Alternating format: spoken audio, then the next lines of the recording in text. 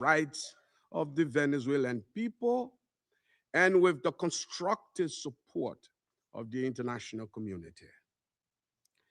The A3 expresses its solidarity with the people of Venezuela and reiterates the African Union's commitment to peace, stability, and mutual respect among nations and regions. It's important for all parties, both within Venezuela and in the broader international community, to exercise restraint and responsibility, upholding international law and avoiding any action that could escalate tension or threaten regional stability. The A3 stands ready to support all efforts within this council and in cooperation with regional partners to facilitate a peaceful, inclusive, and lasting resolution to the situation in Venezuela. I thank you. I thank the representative of Liberia for the statement and now give the floor to the representative of the United States. Mr. President, thank you for chairing. And I particularly want to thank you, Mr. Freitas, for your briefing. And I'll point out that Mr. Freitas is in exile, having fled the regime. Thank you for your courage, and thank you for shedding a light on the true atrocities of the illegitimate Maduro regime. This past weekend, colleagues, the United States successfully carried out a surgical law enforcement operation facilitated by the U.S. military against two indicted fugitives of American justice, narco-terrorist Nicolas Maduro and Celia Flores. Colleagues, Nicolas Maduro is responsible for attacks on the people of the United States, for destabilizing the Western Hemisphere, and illegitimately repressing the people of Venezuela. As Secretary Rubio has said, there is no war against Venezuela or its people. We are not occupying a country. This was a law enforcement operation in furtherance of lawful indictments that have existed for decades. The United States arrested a narco trafficker who is now going to stand trial in the United States in accordance with the rule of law for the crimes he's committed against our people for 15 years. A similar action was taken in 1989 against Manuel Noriega. He was arrested, indicted, convicted in a court of law, served in prison in the United States and in Panama, and the Panamanian people, the American people, are safer for it. And undeniably, the region was more stable. This law enforcement action was directed consistent with the President of the United States' responsibility as Commander-in-Chief to protect Americans at home and abroad against a fugitive who is directly responsible for narco-terrorism that has killed hundreds of thousands of Americans and created destabilizing violence throughout our hemisphere. Nicolas Maduro and his co-defendant, Celia Flores, have been transferred here to the United States to stand trial for their crimes. Maduro was indicted by a grand jury in the Southern District of New York and faces very serious criminal charges for his involvement in a wide-ranging conspiracy to conduct narco-terrorism, to traffic cocaine and other drugs, and conducting international weapons trafficking. The overwhelming evidence of his crimes will be presented openly in U.S. court proceedings. Colleagues, Maduro is not just an indicted drug trafficker. He was an illegitimate so-called president. He was not a head of state. For years, Maduro and his cronies have manipulated Venezuela's electoral system to maintain their illegitimate grip on power. In fact, just 2 years ago in 2024, a UN panel of experts report found that the election in that year was absolutely and completely a farce and fell well short of the most basic transparency and integrity measures essential to upholding credible elections. If the UN and the United Nations in this body confers legitimacy on an illegitimate narco-terrorist and the same treatment in this charter of a democratically elected president or head of state, what kind of organization is this?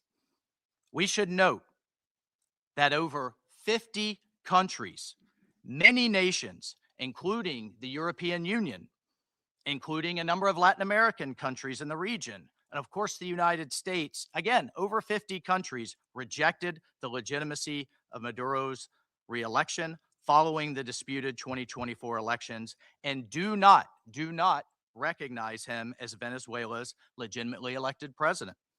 Maduro unlawfully refused to peacefully cede power after the Venezuelan people voted him out of office in the 2024 election.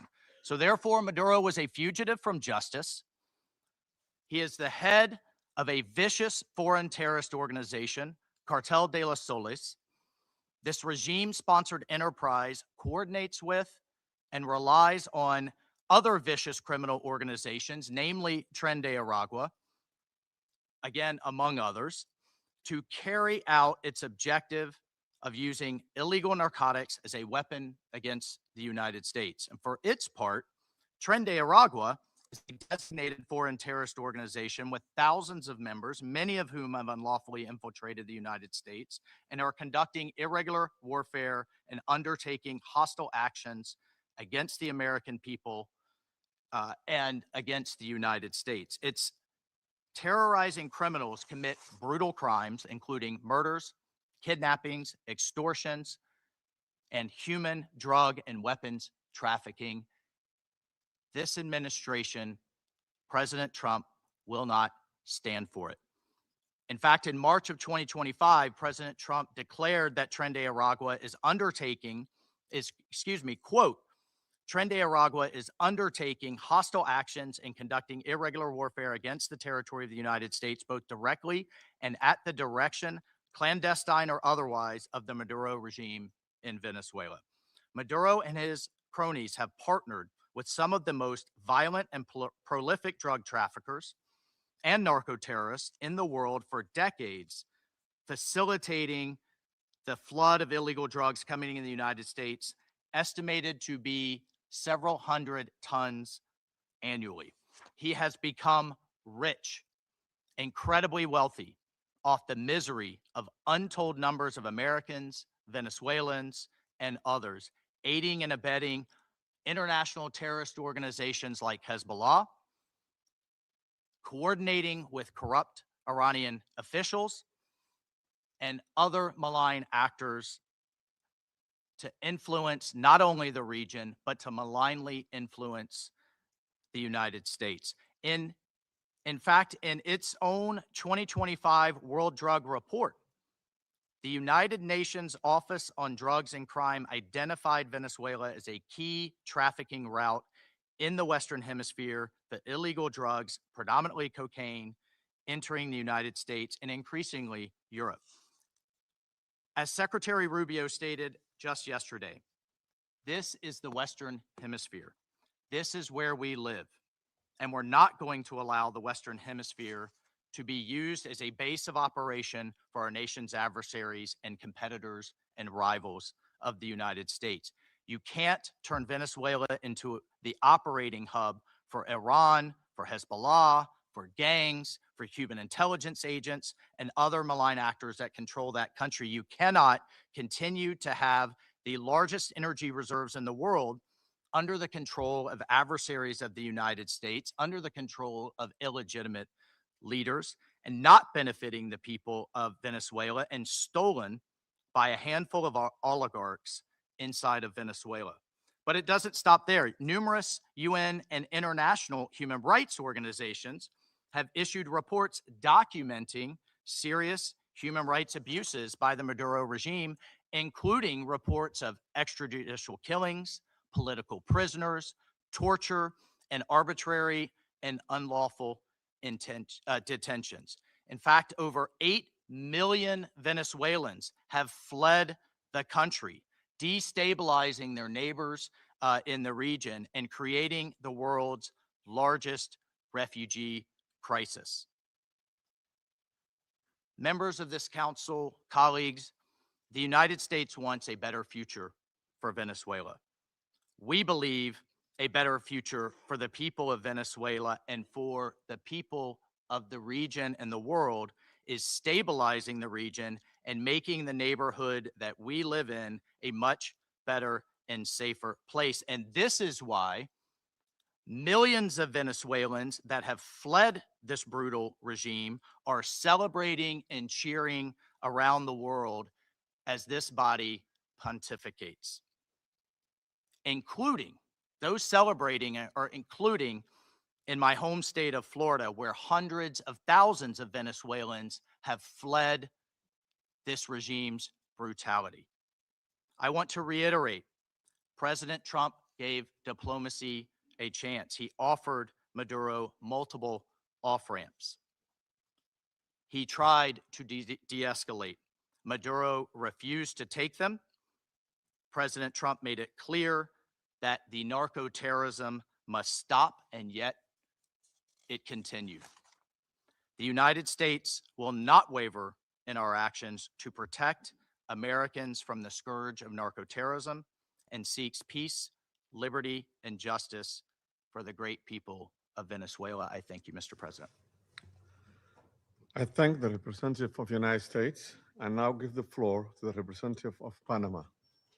Gracias, señor presidente. Thank you, Mr. President. Extendemos la más cordial bienvenida I'd like to extend a warm welcome de to the Bahrein, representatives of Colombia, Bahrain, Iberia, Colombia, Letonia, Liberia, y la Latvia, República Democrática and del the Congo, Democratic que Republic se han of Congo, incorporado and al who Consejo have de joined Seguridad the Security miembros Council electos as y nos elected acompañan hoy en members la and mesa. who are joining us today Felicitamos a Somalia in the por chamber. asumir And la we congratulate presidencia del Somalia Consejo on de assuming the Seguridad presidency of the este mes. Security Council this month. Agradecemos a la subsecretaria I'd general de like to Asuntos thank Políticos, the Rosemary Secretary General DiCarlo, for Political Affairs, por su Rosemary detallado DiCarlo, informe for her detailed en report representación del secretario general Antonio Guterres representing nos ha Secretary General ofrecido Antonio sobre el Guterres. tema que hoy nos convoca. She's briefed us on Así the como situation las under valiosas discussion today. We're also exposiciones very del grateful for señor the very Jeffrey valuable Sachs y de la presentations by señora Mr. Jeffrey Mercedes de Sachs Freitas. and Ms. Mercedes En de este Freitas. contexto, la In República this de Panamá context, the Republic se of Panama refiere a la situación would like ocurrida to refer to en el the territorio de situation la República that has Bolivariana de taken Venezuela, place in the territory of la the cual Bolivarian resulta Republic of preocupante Venezuela, por su which posible is impacto of en la concern due to paz its y en possible la estabilidad impact regional. on peace and regional Sin embargo, stability. ante la However, lamentable realidad in de the los light hechos of the consumados, unfortunate reality corresponde of the facts ahora that we've girar la seen, mirada de manera constructiva we now need hacia el to futuro turn our de attention Venezuela. constructively towards the No future of obstante, Venezuela. es importante However, señalar it's important to point que, out como principio constante that de su política in terms of a exterior, constant principle of Panamá our foreign desea policy, Panama reiterar, would like to como en reiterate efecto reitera, su reiterate compromiso our inquebrantable con el unfailing multilateralismo, commitment to con la multilateralism, soberanía de los to the estados sovereignty y of con el states, respeto and to irrestricto the al derecho internacional, unrestricted en respect for especial a international los law, principios consagrados especially the en la principles Carta de las enshrined Naciones in Unidas, the United Nations incluidos Charter, la no including intervención, el respeto a la non-intervention, integridad territorial respect for y la territorial prohibición al integrity, uso de la and fuerza, the que se prohibition enuncia of en el the artículo use 2 of force. de la This is mentioned Carta in de Article las 2 Naciones Unidas. of the United Nations Estos Charter. principios These principles y siguen siendo are and they el continue marco to be indispensable the para la indispensable convivencia framework for pacífica the entre peaceful las naciones. coexistence between nations. Panamá considera igualmente necesario Panama destacar also que que la believes it's situación que necessary to atraviesa highlight Venezuela that the se situation desarrolla Venezuela en is un facing entorno is marcado por unfolding el in an desconocimiento de la environment voluntad de marked su pueblo, by así como the por una disregard for the will erosión of its people, sostenida as well de as la by a institucionalidad sustained democrática. erosion of democratic En ese marco, institutions. Panamá reitera In que this no regard, reconoce ni Panama reconocerá reiterates that it does al not and régimen de will not carácter recognize the autoritario e authoritarian ilegítimo and que ha illegitimate mantenido regime a las that venezolanas y has los held venezolanos Venezuelan rehenes, men and women sumidos en una de hostage, las más graves crisis plunged them políticas, into one of the sociales, gravest political, económicas, social, humanitarias y humanitarian, de and seguridad de security nuestra región. crises in our region. Lamentablemente, hemos sido Unfortunately, we have testigos witnessed de cómo la how situación the ha situation evolucionado has de gradually manera deteriorated desfavorable, paulatinamente, bajo el régimen, sobre todo durante el under the último año, regime, con especially una over the mayor last year, erosión with sistémica de la increased democracia, systemic el vacío de las erosion of instituciones democracy, y el the incremento hollowing de out of prácticas institutions, and the autoritarias rise y of represivas authoritarian and que han repressive contribuido practices, a un which have contributed desafortunado to desenlace, an por lo que unfortunate tampoco pueden ser outcome, ignoradas and por therefore la comunidad cannot be internacional. ignored by the international En community. particular, resulta In indispensable particular, it is exigir essential la to liberación call for incondicional the de las personas unconditional detenidas por release of motivos persons políticos, detained for muchas political de ellas reasons. privadas de libertad Many of them por el have solo been hecho de alzar su deprived of voz their en un liberty contexto merely en el for que el raising their disenso voices no es in a admitido. context in which dissent is not Desde este tolerated. momento debe From this exigirse moment on, que todos los we presos must demand políticos que that el régimen all mantiene political secuestrados, prisoners that the regime venezolanos continues y to hold extranjeros, hostage, sean Venezuelans liberados and sin demora. foreigners alike, Su be released integridad without delay. y seguridad Their physical deben ser well-being and safety garantizadas. must be guaranteed. Asimismo, debe Likewise, asegurarse de inmediato la libertad de expresión y el freedom respeto of inequívoco expression a and los the derechos humanos. unequivocal respect for human En rights ese must be contexto, immediately ensured. Panamá subraya In this que context, su Panama posición no underscores responde that únicamente its a una position does not solidaridad stem democrática de solely from a principio, principled sino democratic también a una solidarity, but afectación also directa. from direct Un impact. ciudadano panameño, A el señor Panamanian Olmedo citizen, Núñez, Mr. Olmedo permanece Núñez, detenido remains arbitrariamente en Venezuela, arbitrarily detained in sin cargos Venezuela formales, without formal sin debido charges, proceso, without due sin process, acceso pleno a la without defensa full ni a access garantías to a consulares defense, and without efectivas. effective consular A ello guarantees. se suma el impacto humano de Added to una this is crisis the human multidimensional impact of a que ha multidimensional obligado a crisis alrededor de that 9 has millones de forced around venezolanos y 9 million venezolanas a Venezuelans, abandonar sus men and hogares, women, to leave their viéndose homes, forzados a vivir en compelled desarraigo to y live in vulnerabilidad displacement and como vulnerability consecuencia del as colapso a consequence institucional y of the social institutional and generado por el social régimen. collapse generated by Una the regime. crisis que ha tenido A repercusiones crisis regionales that has had significativas, significant regional reflejadas tanto repercussions, en los flujos de reflected migración both in the irregular irregular de sur migration a norte flows de un from número south to significativo de north personas of a venezolanas, significant number of como los Venezuelan movimientos de migración nationals, as inversa, well as que reverse también migration incluye a movements, muchos venezolanos, including also a lot cuyos of efectos se Venezuelans, the sienten de effects of manera which are particular felt en particularly los países de in tránsito y countries of destino a los transit que and perjudican, destination incluido that Panamá, this affects, que ha including contribuido Panama, de manera decidida and this has en la lucha decisively contra la migración ilegal.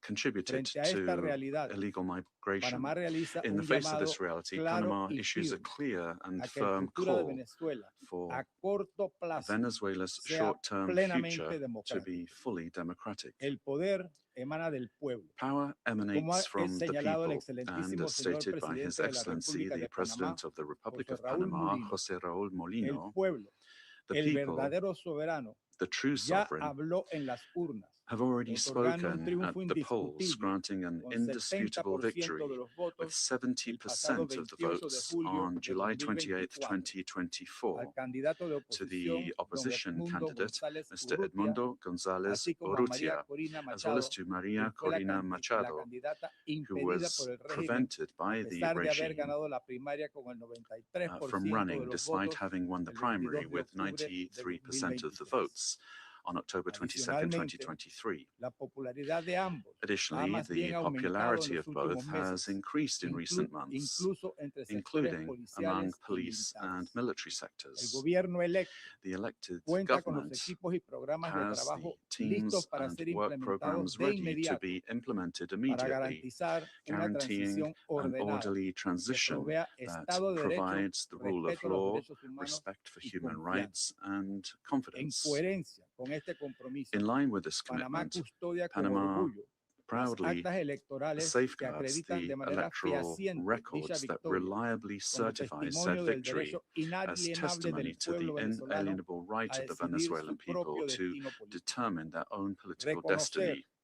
otra autoridad Recognizing distinta any al presidente authority electo other than that of the equivaldría elected a president would amount to legitimar un fraude legitimizing electoral, electoral fraud, normalizar el autoritarismo normalizing y socavar el authoritarianism, principio and universal undermining the de las universal elecciones principle libres of free como fuente de elections legitimidad. as the source of De igual legitimacy. forma, cualquier intento de Likewise, establecer un any gobierno attempt to permanente establish a encabezado por permanent figuras government headed del by figures aparato from represivo the repressive como Delcy apparatus, Rodríguez such as Delcy constituiría Rodriguez, una continuidad would del constitute sistema y continuity no of the una system transición and not genuina. a genuine transition. Toda salida política Any debe political ser solution pacífica, must be peaceful, it democrática must be y democratic, liderada and por led los venezolanos by the con el Venezuelans, acompañamiento with responsable the de la responsible comunidad assistance of internacional, the international incluidas las community, Naciones Unidas including y los the United mecanismos Nations regionales and como la regional Organización mechanisms de such as Estados the Americanos. Organization of American Panamá States. no desea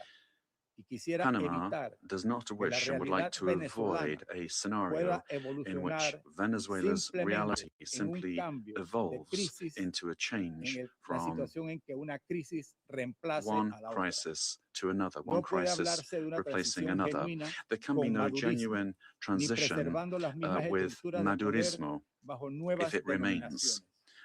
or if we have the same power structures mantenga en el preserved under centro new de la names. conducción Any a figuras asociadas al arrangement that aparato keeps represivo figures associated with the constituiría repressive en los apparatus at the hechos center una of continuidad governance del would, in sistema practice, y no una constitute transición continuity of real. the system and not a La real experiencia transition. comparada demuestra que Comparative las experience transiciones shows meramente that nominales merely nominal tienden a transitions prolongar los tend conflictos, to prolong acentuar conflicts, los flujos migratorios intensify y migratory perpetuar flows, la and inestabilidad perpetuate regional regional en detrimento de instability la paz to the y la detriment seguridad of international internacionales. peace and security. Panamá será siempre solidaria con un Panama proceso will de always stand transición in solidarity ordenado with an y orderly democrático, and democratic transition anclado en la process, voluntad popular anchored ya in the expresada en las popular urnas el will 28 de already julio de expressed at the polls 2024, on July 28, orientado al 2024, restablecimiento aimed de la at restoring institucionalidad democratic democrática institutions mediante una interinidad through an interim estrictamente period limitada en el strictly tiempo, limited in cuyo time, único the sole propósito purpose of sea which crear las is condiciones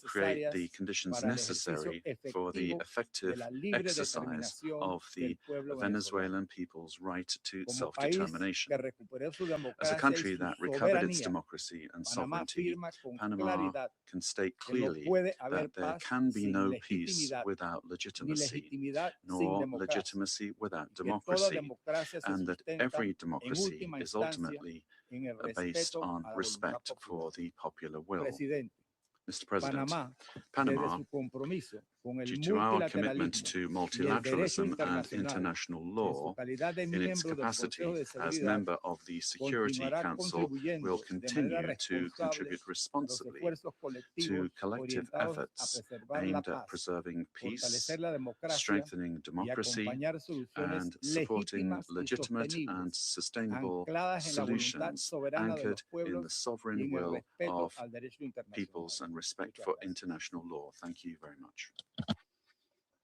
I thank the representative of Panama for the statement and now give the floor to the representative of Latvia. Thank you, Mr. President. At the outset, I would like to congratulate Somalia on assuming the presidency of the United Nations Security Council in January, and wish you all success. Latvia takes its seat on the Council with a profound sense of honor and responsibility for this role. And let me thank Under-Secretary General Rosemarie DiCarlo for today's briefing on behalf of the Secretary General, and I thank the invited briefers.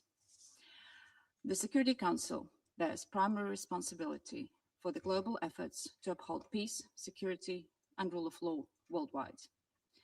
Latvia recalls that under all circumstances, the principles of international law and the UN Charter must be upheld.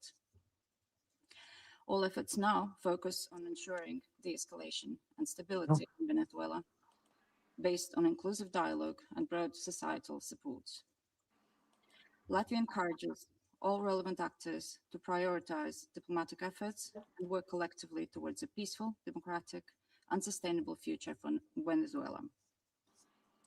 Latvia stands in solidarity with the people of Venezuela and their right to freedom and democracy. Rights that were not respected by the Maduro regime during 2024 presidential elections and before, and which remain unmet to this day. The regime of Nicolas Maduro was rooted in mass repression, corruption, organized crime, including drug trafficking, and posed a grave threat to security of the region and the world. It has repeatedly violated the UN Charter and undermined international law, including through open support for Russia's aggression against Ukraine. The Maduro regime does not represent the will of the Venezuelan people and has relied on widespread, systematic repressions of human rights across the country to maintain power. 8 million Venezuelans have been forced to flee the country since 2014. Latvia also remains committed to working jointly together with partners to counter global transnational organized crime networks, including in Latin America and Caribbean. Such criminal activities place the lives of countless people at grave risk, particularly women and children. Addressing these challenges requires sustained cooperation in full respect of international law. Latvia continues to closely monitor the situation in Venezuela and stands prepared to continue working with its partners to support a peaceful, democratic, and just transition that reflects the aspirations of the Venezuelan people. And I thank you. I thank the representative of Latvia for her statement and now give the floor to the representative of Denmark. Thank you, Mr. President. And let me also thank Undersecretary General Nicolas for her briefing on behalf of the Secretary General. We also listened carefully to the briefing by Ms. de Freitas and Mr. Sachs. Mr. President, Denmark joins the Secretary General in expressing deep concern over the evolving situation in Venezuela. Since this council met to discuss the situation 2 weeks ago, we have seen a drastic escalation, culminating in a large-scale military operation on January 3rd. At our last meeting, Denmark urged all actors to strictly adhere to international law and to de-escalate tensions and exercise the necessary restraint. Today, we echo the Secretary General in his concern regarding the worrying implications of this military action. Independent of the situation in Venezuela, these developments constitute a dangerous precedent. International law and the UN Charter, as a pillar of the international security architecture, must be respected by all states. Denmark recalls the foundational principle of international law that forbids states from threatening or using force against another state's territorial integrity and political independence. This imperative is enshrined in Article 2, Paragraph 4 of the UN Charter. Members of the UN Security Council have a special responsibility to uphold these principles. The principles of sovereignty, political independence, and territorial integrity must be respected. The inviolability of borders is not up for negotiation. These are universal, sacrosanct principles enshrined in international law. They apply everywhere. Mr. President, once again, Denmark calls on all parties to urgently de-escalate tensions that could threaten peace and stability in the region and beyond. International disputes should be settled by peaceful means, as stated in the UN Charter. We further call on all parties to exercise maximum restraint and to engage in dialogue and diplomacy. Denmark takes note of official statements from the United States government stating that the military operations are to combat drug trafficking and stem the illicit flow of illegal narcotics. Denmark shares the priority of combating organized crime and drug trafficking, while reiterating that counter-narcotic efforts, as all other efforts, must be conducted in strict accordance with international law, including the fundamental rules and principles of the UN Charter. Mr. President, against this backdrop, Denmark wishes to recall our solidarity with the people of Venezuela Denmark does not recognize Nicolas Maduro as the legitimate president of Venezuela following the lack of transparency and integrity in the 2024 presidential elections, which failed to meet basic democratic standards. In Maduro's attempts to cling to power, his authoritarian regime grew increasingly oppressive. His regime bears responsibility for widespread and systematic violations of human rights against his fellow citizens, and he should be held accountable. The victims of the Maduro regime's alleged crimes against humanity have to be heard. The Venezuelan people have a right to democracy and self-determination exercised through peaceful, inclusive, and credible democratic processes, free from fear of political persecution, intimidation, or repression, and external political interference.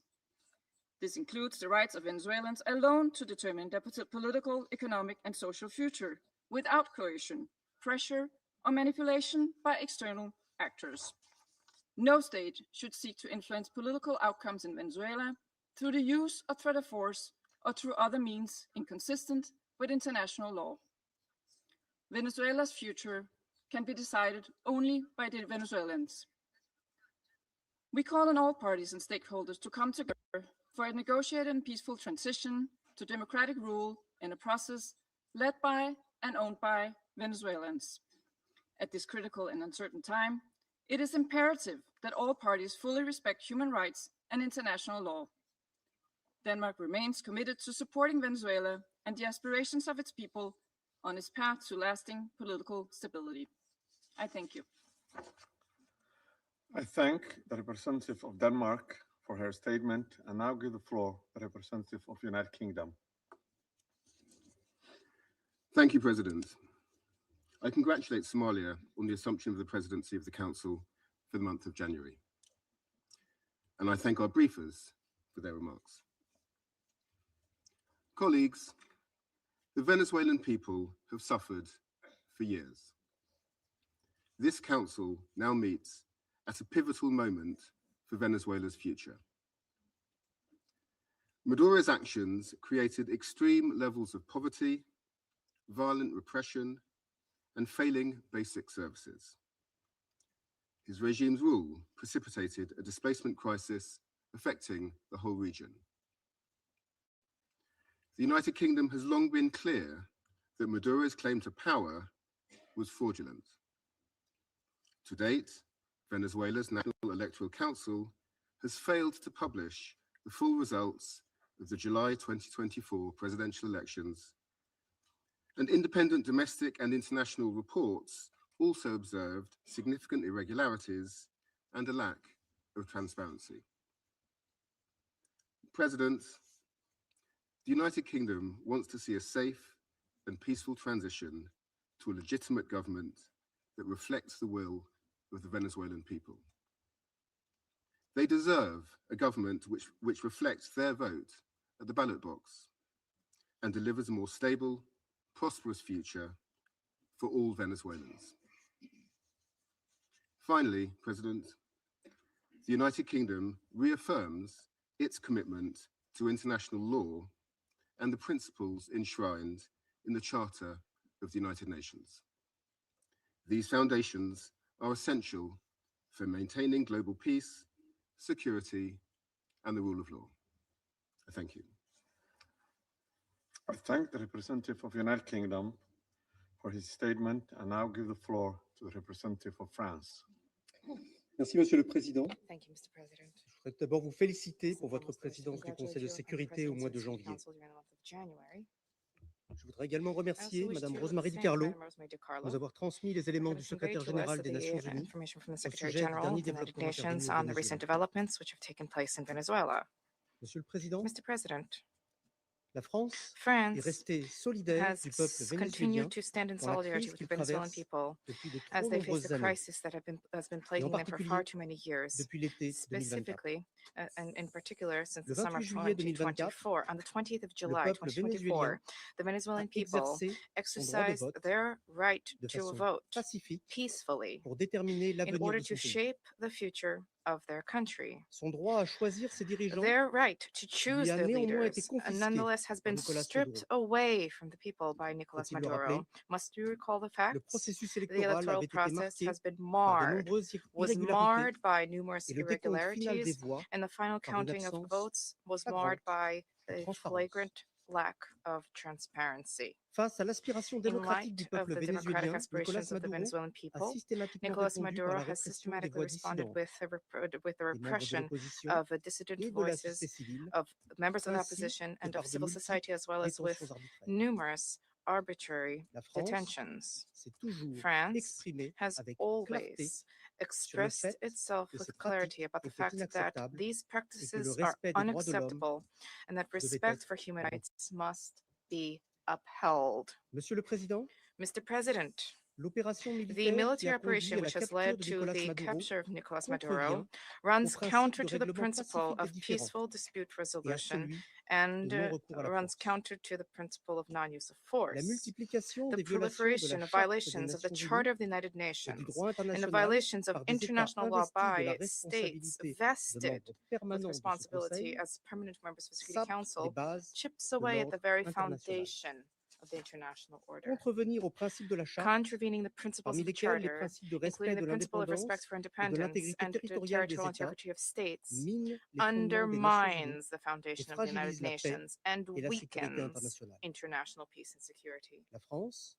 reste France fidèle remains et engagée faithful pour le and respect de committed la to Charte des respect for Nations the Unies Charter et of the du United principe Nations de and of règlement the pacifique des principle of différends. peaceful dispute Nous resolution. devons mettre en œuvre ces We principes have an obligation to uphold en these tout temps principles at all et en times tout lieu. and in all places. Leur respect Respect for est these indispensable. principles is indispensable. Monsieur le Président, Mr. President, la France France réitère son attachement wishes au to respect de reiterate la our commitment volonté to respect for the du peuple for the vénézuélien. will of the Venezuelan La people. transition qui s'ouvre à The présent pour le transition which is Venezuela doit être currently pacifique, being opened up for démocratique Venezuela needs to be et peaceful respectueuse des and choix du democratic peuple vénézuélien, and qui est un peuple carried out in a souverain. manner which respects the choice of the Venezuelan people, Cette a sovereign transition people. doit être This dirigée transition par must be et led pour by les Vénézuéliens. and for the La France se Venezuelans. tient prête avec les États France de la stands région et ses ready partenaires de l'Union alongside européenne states in the region à and soutenir our le dialogue partners at the en European vue de la Union to restauration de la uphold libre dialogue expression with a view to the démocratique au restoration of the Venezuela free et à democratic appuyer la expression stabilité in Venezuela. régionale. We stand ready to support regional Ce doit être stability. aussi This le rôle de also ce needs to Conseil. be the Je vous role of the remercie. Security Council. Thank you. I thank the representative of France for the statement and now give the floor to the representative of Bahrain. سيد الرئيس أود بداية أن أهنئكم Mr. على President, I تولي wish to take this opportunity جمهورية to الصومال congratulate first and الفيدرالية foremost برئاسة the مجلس Federal الأمن Republic للشهر of Somalia الحالي on its presidency ومتمني of the لكم Security النجاح. Council during this month of ونحن January. We نستهل wish you عضويتنا every في مجلس success. الأمن أود أن أعرب عن الشكر إلى وفود الجزائر We also wish to غيانا take this opportunity وجمهورية to كوريا thank delegations وسيراليون whose mandate at the وسلوفينيا Council ended, التي namely انتهت Algeria, فترة Guyana, عضويتها في the المجلس the على Republic of Korea, إسهاماتها Sierra المهمة Leone, في as well as تحقيق Slovenia. غايات We wish to ورسالة thank them المجلس. for their significant contributions to كما the أتقدم attainment of the بالشكر goals للسيدة روزماري and the دي mission كارلو of the Council. وكيلة I also الأمين wish to العام thank Madam للشؤون Rosemary DiCarlo, السياسية وبناء Undersecretary السلام General على for Political and الإحاطة Peace-Building القيمة Affairs, وجميع مقدمي for الإحاطة her valuable بشأن briefing التطورات related الأخيرة to في the جمهورية latest فنزويلا developments which have taken البوليفارية. place at in the Bolivarian وأقدر Republic of تأكيد Venezuela, and I معالي wish to الأمين thank other العام للأمم briefers as المتحدة well. We على appreciate التمسك the بالمبادئ reaffirmation by الأساسية His Excellency the لميثاق Secretary الأمم General of the United المتحدة Nations, reaffirmation of the commitment وأهمية to حل the النزاعات fundamental principles of the الدبلوماسية Charter of the United Nations, a commitment to وتؤيد the مملكة البحرين peaceful diplomatic دعوة resolution معالي of الأمين disputes. العام The Kingdom of لجميع Bahrain الأطراف الفاعلة في supports the فنزويلا call of the Secretary General إلى for الانخراط all في حوار شامل stakeholders in Venezuela فيما يضمن to engage in الالتزام inclusive بالقانون dialogue which لتخفيف guarantees عدة respect for التوترات international law, and والحفاظ على this in order الاستقرار to الإقليمي ease tensions, وتجنيب to المنطقة preserve أي regional stability, تداعيات and to avoid سلبية any تؤثر على أمنها potential adverse واستقرارها. repercussions for security and stability in the region. كما تعرب مملكة البحرين The Kingdom عن of Bahrain دعمها للجهود الإقليمية also والدولية الرامية extends its support for إلى efforts خفض undertaken at التوتر the regional and international وتعزيز levels in المسارات order to الدبلوماسية reduce tensions بما and to يحقق الأمن enhance diplomatic والسلم means الدوليين. in order to provide for وتؤكد على international أهمية peace and تعزيز security. التعاون الدولي The Kingdom stresses the importance of the لدعم جميع promotion of الجهود international الإقليمية cooperation والدولية in order to لمكافحة support انتشار all الجريمة regional regional and المنظمة international efforts, والمخدرات which are geared وما towards combating يترتب عليها من international تفشي organized الآفات crime, التي تهدد trafficking in استقرار drugs, as المجتمعات well as scourges which are related وتعيق to this. تحقيق التنمية This المستدامة undermines the stability of وضمان societies, معالجة هذه undermines الآفات achievement of sustainable وفقا development. للاتفاقيات Therefore, الدولية these لا issues تقبل. need to be dealt with in accordance with وختاما international تجدد relevant مملكة البحرين conventions. By دعمها way of للجهود conclusion, the Kingdom الإقليمية of والدولية Bahrain الهادفة reaffirms our support for لتحقيق regional and international حل سياسي efforts ومستدام في to جمهورية achieve فنزويلا a البوليفارية political, في إطار lasting تعاون solution in the إقليمي Bolivarian Republic of Venezuela. واحترام السيادة This needs to be الوطنية achieved through بما regional يحقق cooperation الأمن and with والاستقرار في respect for فنزويلا national sovereignty. The goal is وتجنيبها to مخاطر provide for النزاع security and والانقسام stability in Venezuela, وحماية to السلم avoid الأهلي risks of conflict and وبما division, يسهم to في protect الحفاظ على civil أمن peace, and المنطقة to contribute to the واستقرارها preservation وصون of السلم regional والأمن security and الدوليين stability, as وشكرا well سيد as الرئيس. international peace and security. Thank you, Mr. President. I thank the representative of Bahrain for the statement and now give the floor to the representative of Pakistan. Thank you, Mr. President. Allow me to begin by congratulating Somalia on its assumption of the presidency for this month and assuring you of my delegation's full support and cooperation. We welcome the new members joining the Council. I thank Undersecretary General Rosemary DiCarlo for reading out the remarks of the Secretary General and the valuable briefing. We also take note of the views shared by Mr. Jeffrey Sachs and Ms. Mercedes de Freitas.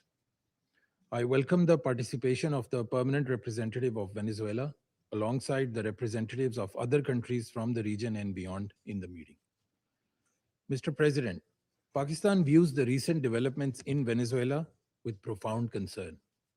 In a world already beset by multiple crises, escalating tensions and instability in the Caribbean do not augur well for regional and international peace and security. The UN Charter enjoins us to refrain from the threat or use of force against the territorial integrity or political independence of any state. The UN Charter also binds member states to sovereign equality, non-interference in the internal affairs of others, and settlement of international disputes by peaceful means. Unilateral military action contravenes these sacrosanct principles and the doctrine of sovereign immunity. Such actions set dangerous precedents that risk eroding the foundations of the global legal framework. They also fuel instability, which, as history has shown time and again, can lead to unpredictable and uncontrollable outcomes for years to come. Mr. President, at this critical juncture, the path forward must be one of dialogue and diplomacy. Durable solutions to political differences can only be found through peaceful means, with full respect for the will of the Venezuelan people, free from any external interference. We hope that Latin American and the Caribbean region, as a zone of peace, will remain free from conflict and confrontation and continue its march towards enhanced regional cooperation and improved prosperity for the people. We urge all parties to exercise maximum restraint, de-escalate tensions, pursue peaceful coexistence, refrain from any actions that could exacerbate the volatile situation, and engage in dialogue, including by utilizing the sincere offers of mediation. The good offices of the Secretary General also always remain available for that purpose. Lastly, Mr. President, I affirm Pakistan's commitment to contributing constructively to the discharge of the Security Council's primary responsibility for addressing the threat to international peace and security by diffusing tensions, promoting pacific settlement, and upholding respect for international law and the UN Charter. Peace and stability of Venezuela and the welfare and prosperity of its people, with full ownership, must be the overriding objective of all efforts. I thank you. I thank the representative of Pakistan for the statement and now give the floor to the representative of Greece. Thank you, Mr. President. At the outset, I would like to congratulate Somalia for assuming the presidency of the Council for the month of January, and I would like to welcome the newly elected members joining the Council. I would also like to thank USG DiCarlo for her briefing on behalf of the Secretary General, as well as Mr. Sachs and Ms. De Freitas for their remarks.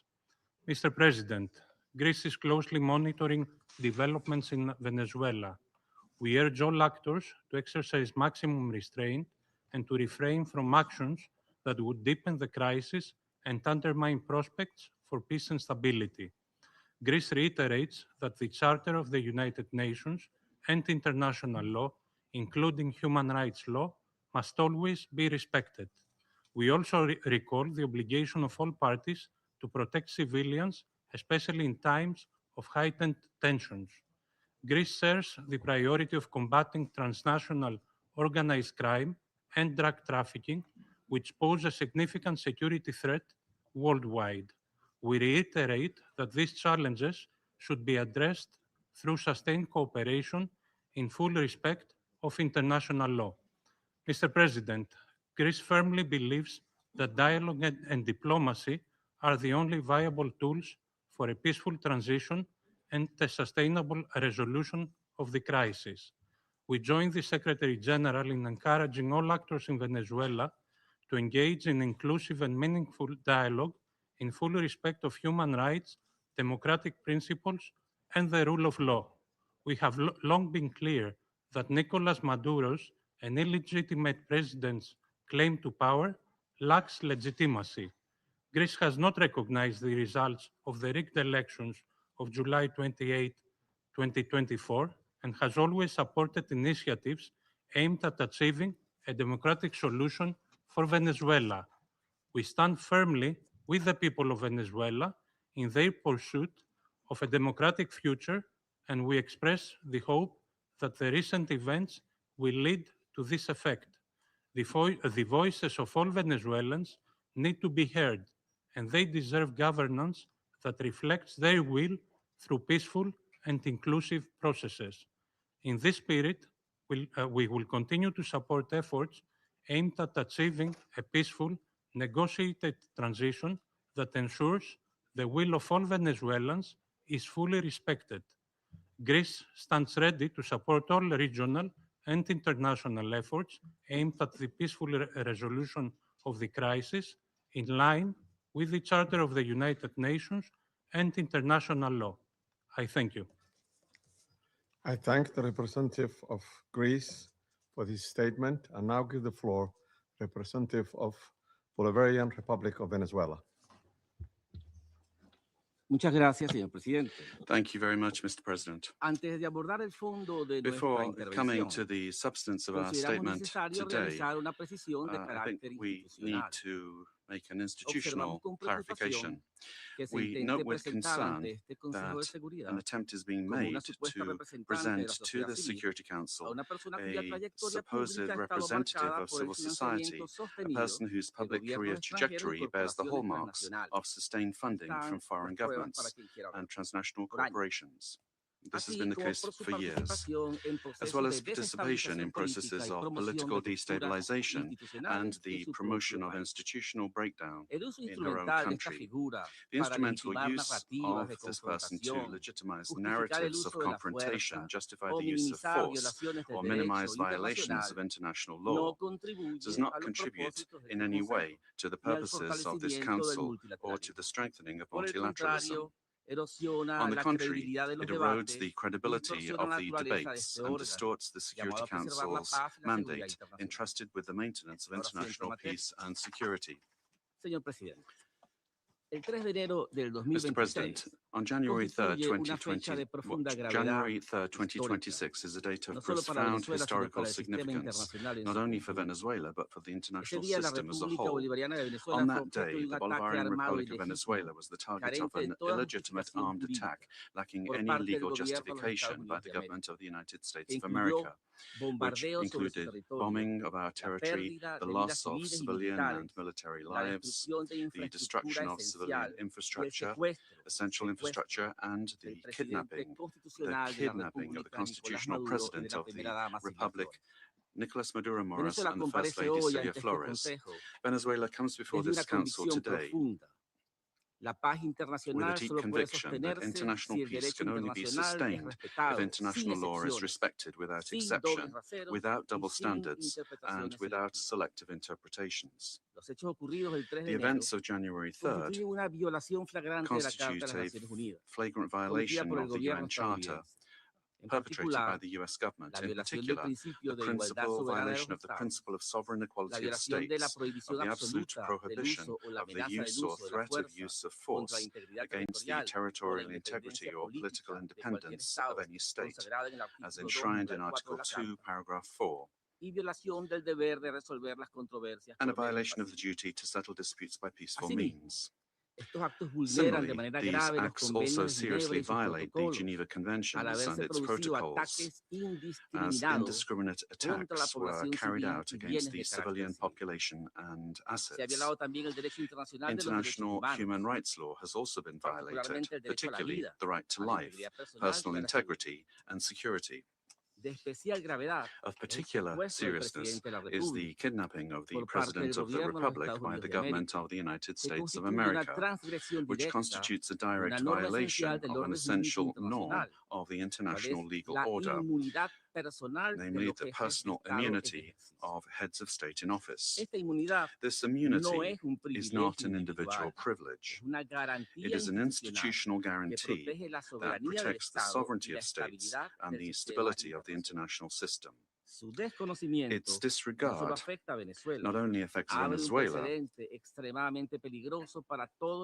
but also sets an extremely dangerous precedent for all states represented in this chamber, regardless of their size, power, or alliances. Mr. President, General Assembly Resolution 3314 clearly defines as an act of aggression the bombing of the territory of one state by the armed forces of another state, as well as the invasion or occupation, even without formal annexation. The events we are denouncing here unequivocally fit this definition. In 2004, the International Court of Justice affirmed that occupation exists when a state exercises effective control, even without formal annexation or the continuous presence of troops. Security Council Resolution 242, for its part, emphasizes that the acquisition of territory by force is inadmissible, while General Assembly Resolution 2625 establishes that the territory of a state shall not be subject to military occupation as a result of the use of force in contravention of the UN Charter. Allowing such acts to go without an effective answer would amount to normalizing the replacement of law by might, while eroding the very foundations of the collective security system. Today, it is not only Venezuela's sovereignty that is at stake, the credibility of international law, the authority of this organization, and the validity of the principle that no state can set itself up as a judge, party, and executor of the world order are also at stake. Mr. President, we cannot ignore a central element of this U.S. aggression. Venezuela is the victim of these attacks because of its natural resources.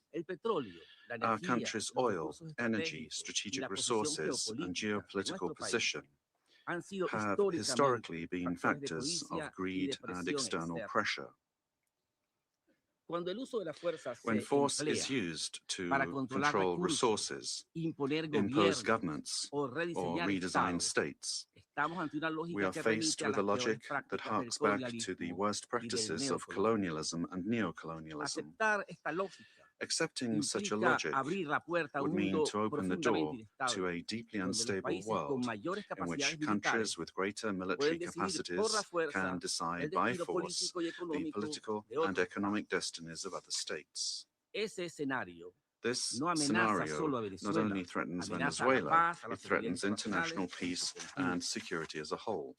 If the kidnapping of a head of state, the bombing of a sovereign country, a massive step forward against narco-terrorism that affects the region and at the same time open a stage that will allow the Venezuelan people to fully recover democracy, the rule of law, and respect for human rights, in accordance with the principles of international law, and put an end to the oppression exercised for years by the authoritarian regime that plunged the Venezuelan people into poverty and forced 8 million Venezuelans to have to flee their country. Good morning, everybody.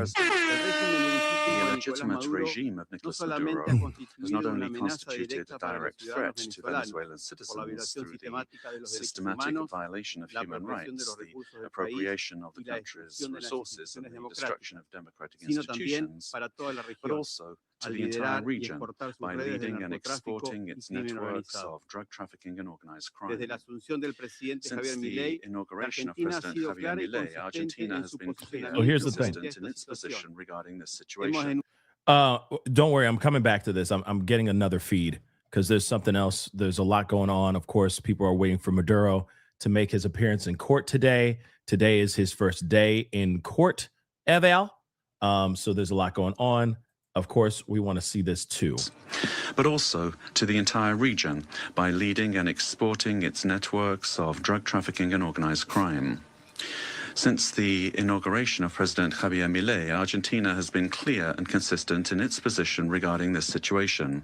We have unequivocally denounced the lack of freedoms and the serious human rights violations, and we have actively contributed with the determination and responsibility to international efforts aimed at the return of democracy in Venezuela. In March 2024, when others of democracy for inaction or ambiguity, Argentina granted diplomatic asylum to 6 Venezuelan opposition leaders, assuming an enormous challenge for our representation in Caracas.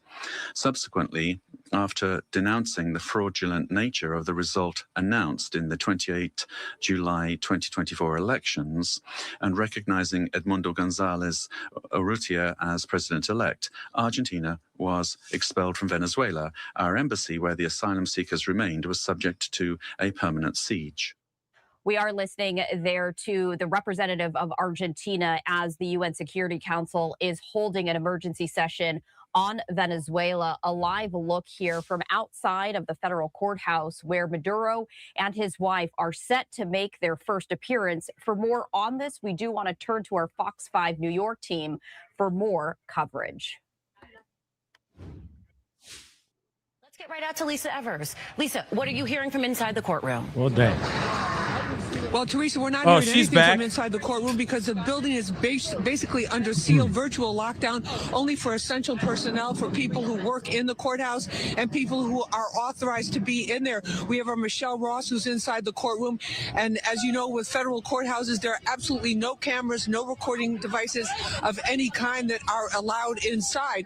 And I have to tell you that this is the tightest security that I have seen at this courthouse and in this area of any of the major cases that I've covered here. The rings of security extend for blocks around here, even into other buildings, other offices, other courthouses, hiring and bringing in extra security, and also in the sky. The NYPD, a very strong presence on the ground here, as well as in the sky with their drone system taking live video feeds.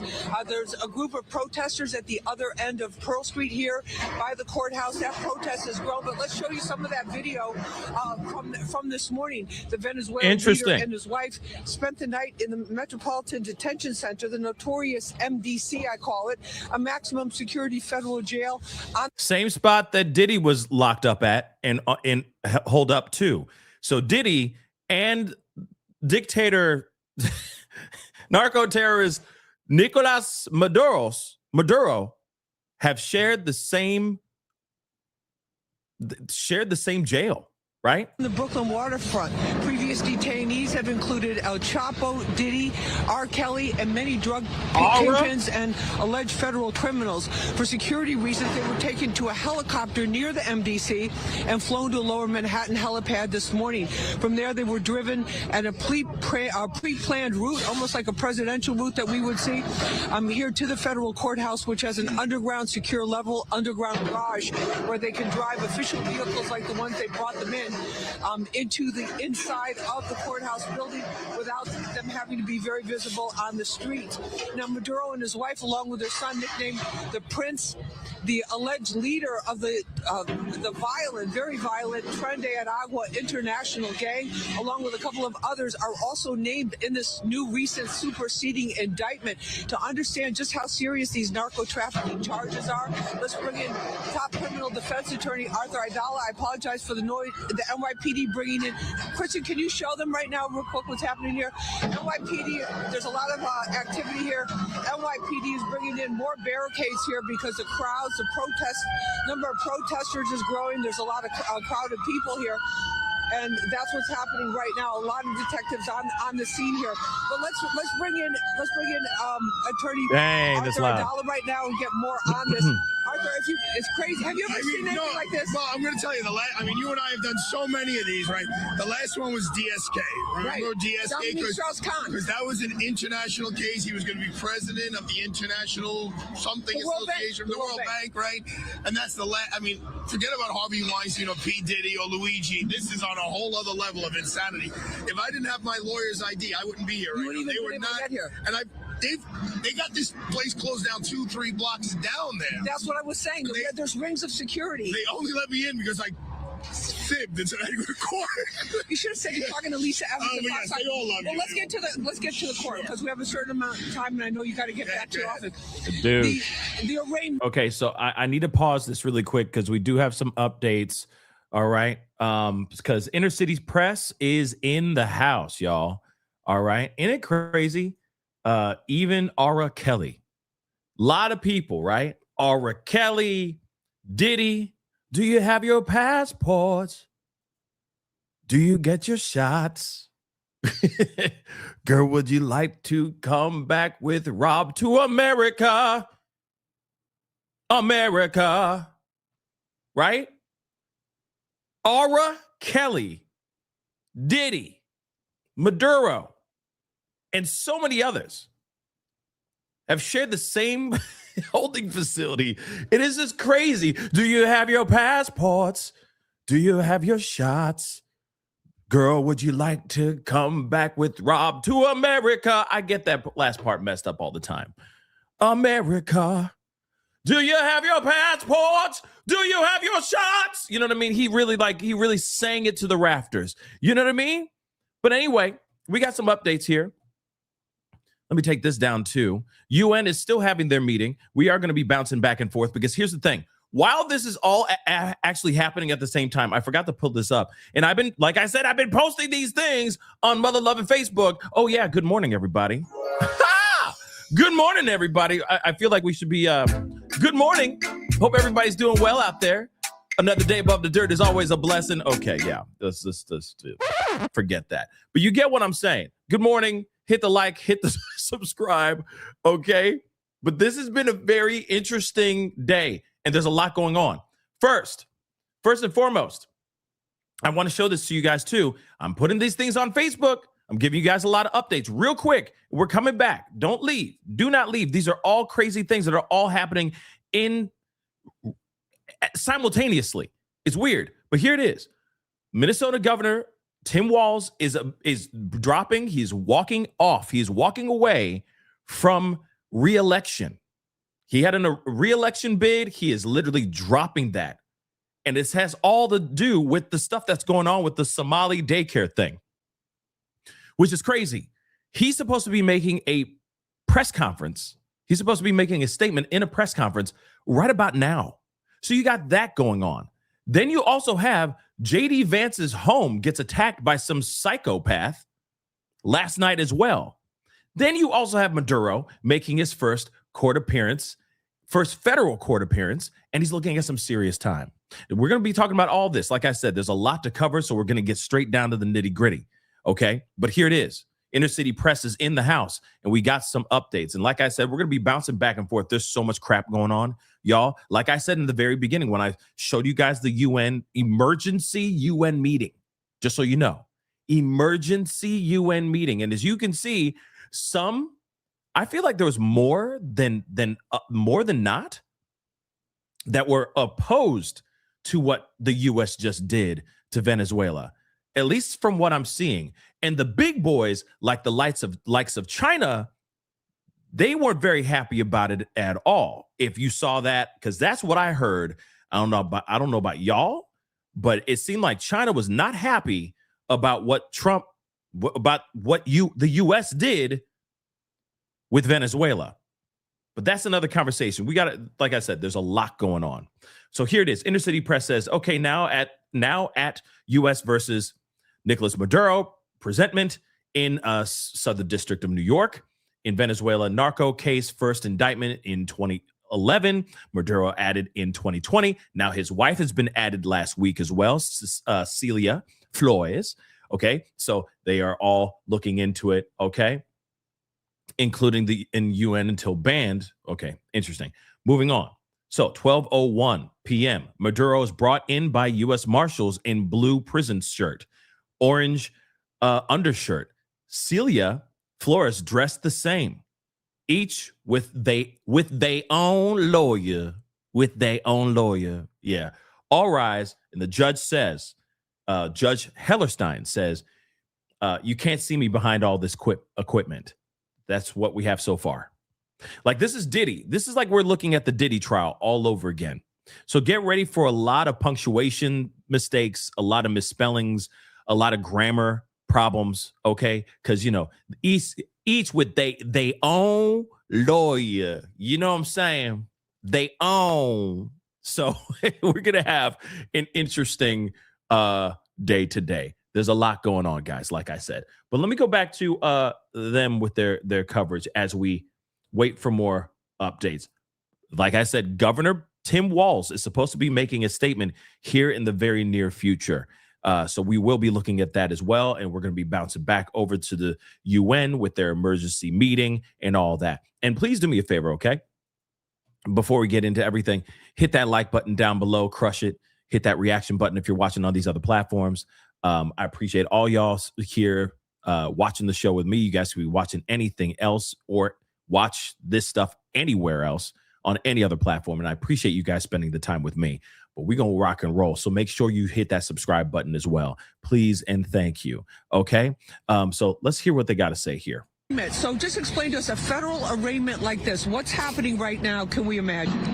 Judge Hellerstein is basically asking the prosecutors a lot of questions, such as how much evidence is there? How many terabytes of information is there? How long are the defense attorneys? What's reasonable for them to digest all of this? And then he'll talk about either setting a motion schedule or probably just a time to come back in about 3 months to see where they are with turning over all the evidence against all these defendants. They've already been assigned some form of lawyering.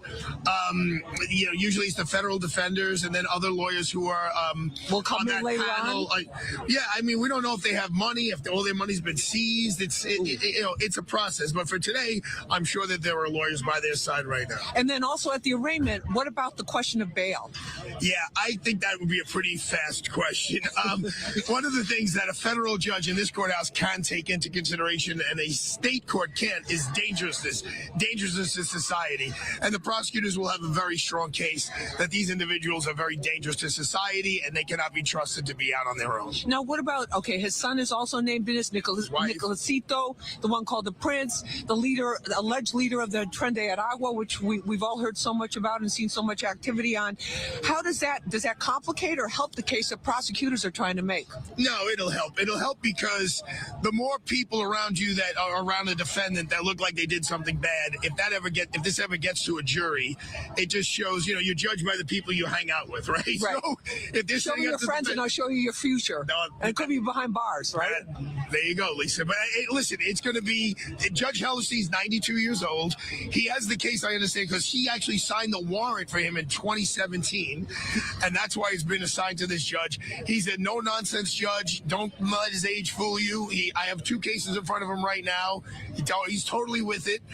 And he's not going to take any garbage or BS from anybody. From either side. from either side. So you think he's like he's going to call down the middle? He's going to call it like he sees it. Yep. And then what about in terms of if you take away the notoriety of the case, you take away the politics, take away just as a narco trafficking case now being considered terrorism with the weapons charges, is this like any drug kingpin like on steroids type of case? Yeah, I mean the part that I don't get is the terrorism part. You know, terrorism is usually you're doing something to scare people, right? We're trying to intimidate people. And if you notice in the Luigi case, they dismissed the terrorism. Well, that was state court too. It's state court against him, right? So I don't know how they're going to tie together the drug trafficking with the trying to intimidate us in our way of living, but I'm sure they've thought about this before they brought these charges. But I think No doubt. And let's not forget, these are federal charges. So, I'm wondering what kind of, again, it's going to be how they present everything, right? How they present everything to the court, how they present everything to the jury, to make it seem like he is an absolute Terry. That him and his wife are just indeed narco terrorists. But that is the job of prosecution. That is the job for them. That is the uphill battle that they have to prove, right?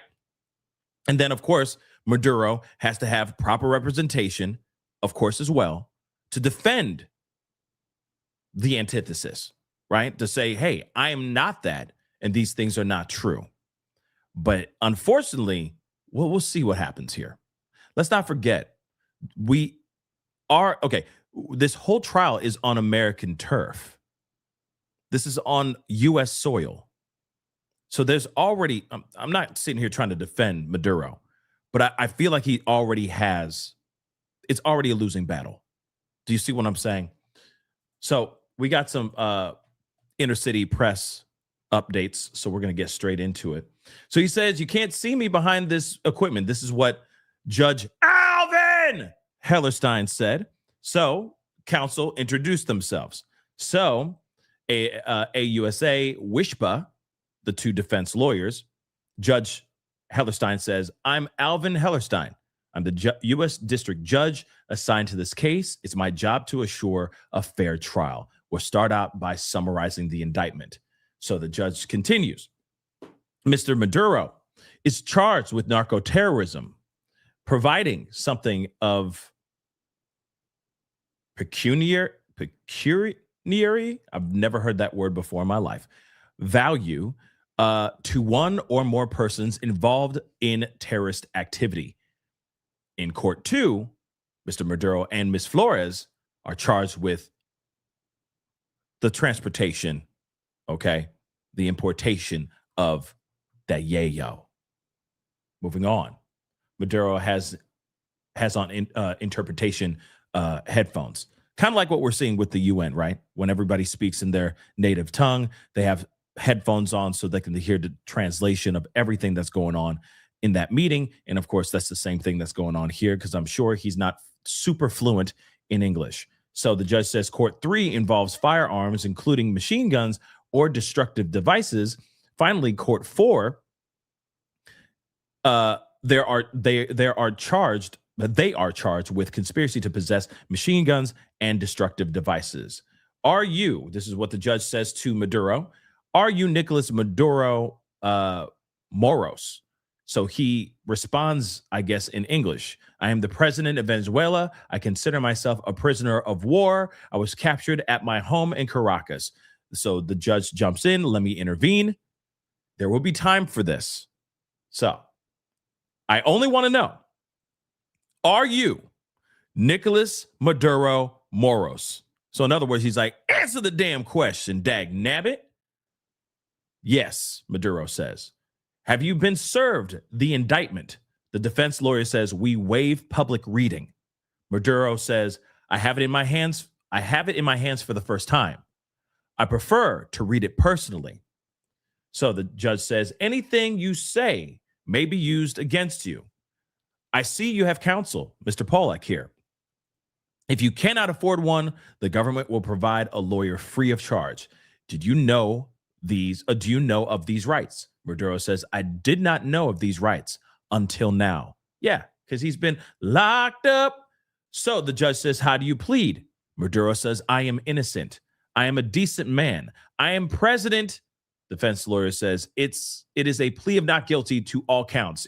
He's trying to get him to shut up. Shut up. Basically it's not guilty. Not guilty, sir. Your Honor. He unhinged. So moving on. Judge says Bridget, his court deputy, says she will arraign you. So deputy says, have you seen the indictment? Maduro says, seen but not read. Deputy says, have you discussed it with your lawyer? Maduro says, partially. How do you plead? Maduro says, I am innocent. I am not guilty of anything that is mentioned here. Judge says to his wife, Celia, are you Celia Flores de Maduro? She says, I'm the First Lady of the Republic of Venezuela. Judge says, you heard about the indictment from me? Celia says, yes. In other words, in Spanish, that's sí. Yeah, I know. Stop. Yeah, sí. Moving on, judge says, you have two lawyers with you. Did you discuss it with them? She says, yes. In Spanish, that means sí.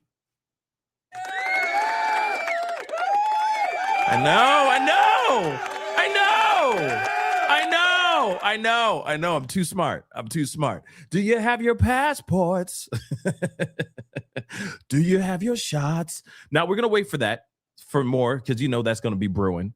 There's plenty of things brewing about this whole thing. Okay, let's get into hey, I'm going to make these court transcript readings interesting. Okay, I'm going to keep it entertaining because it can be very boring like watching paint dry. Okay, but they're making it entertaining. They're like, no, I am the president. I feel like he's about to put his hand in his shirt like this and look off to the side. I am the president of Venezuela. You know what I'm saying? But yeah, they're like, shut up. Stop.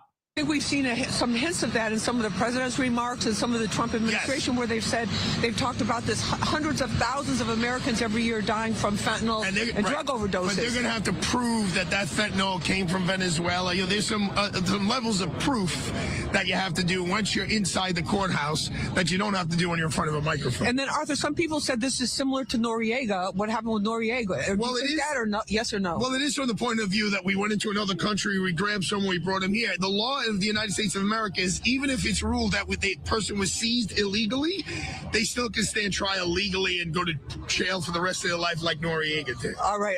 Arthur Aidala, thank you so much for being with us. I'm Lisa Evers at Federal. Thank you so much. And thank you to the NYPD for helping us get through this here. And to my crew, I'm Lisa Evers, Fox 5 News, reporting live from the Southern District Federal Court here in Lower Manhattan. Teresa, back to you. I'm going to skip ahead. Boom. Oh, now they're going into another body roll room via courtroom monitors. So we did want to share that with you. The defense attorneys and prosecutors announcing their appearances. The judge, who can't be seen on courtroom monitors, is presiding, announcing that he has been assigned to the case, saying, quote, "It's my job to assure this is a fair trial.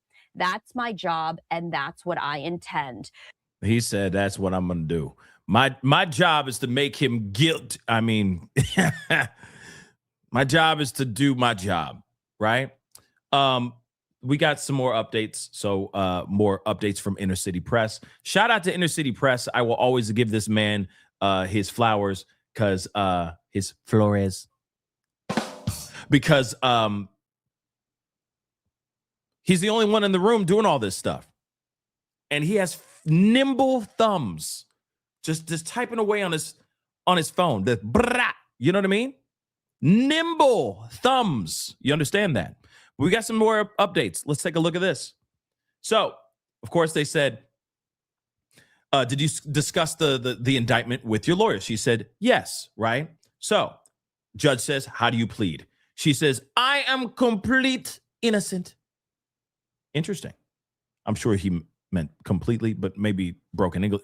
We don't know. Moving on. Pleas of not guilty will be entered. Mr. Wishba, what was the date and time of the arrest? So prosecutor Wishba comes out and says they were arrested at 11 p.m. on January 2nd and transferred to SDNY at 4:31 p.m. on January 3rd. So prosecution says, I would like to note that the defendants have a right to consular notification, though that's not mandatory. Judge says, thank you. Do you understand this, Mr. Maduro?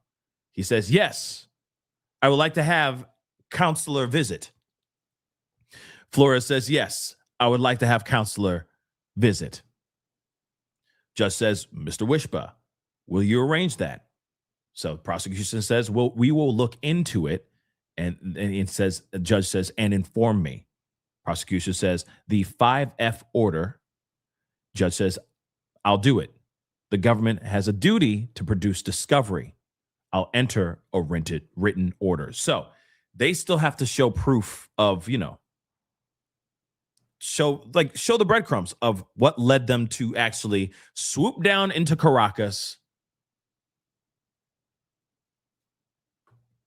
and catch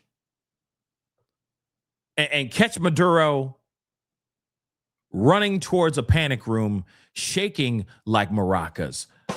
I was trying to drop bars. It just didn't work, but you see what I'm saying. He was shaking like a maraca, and his wife.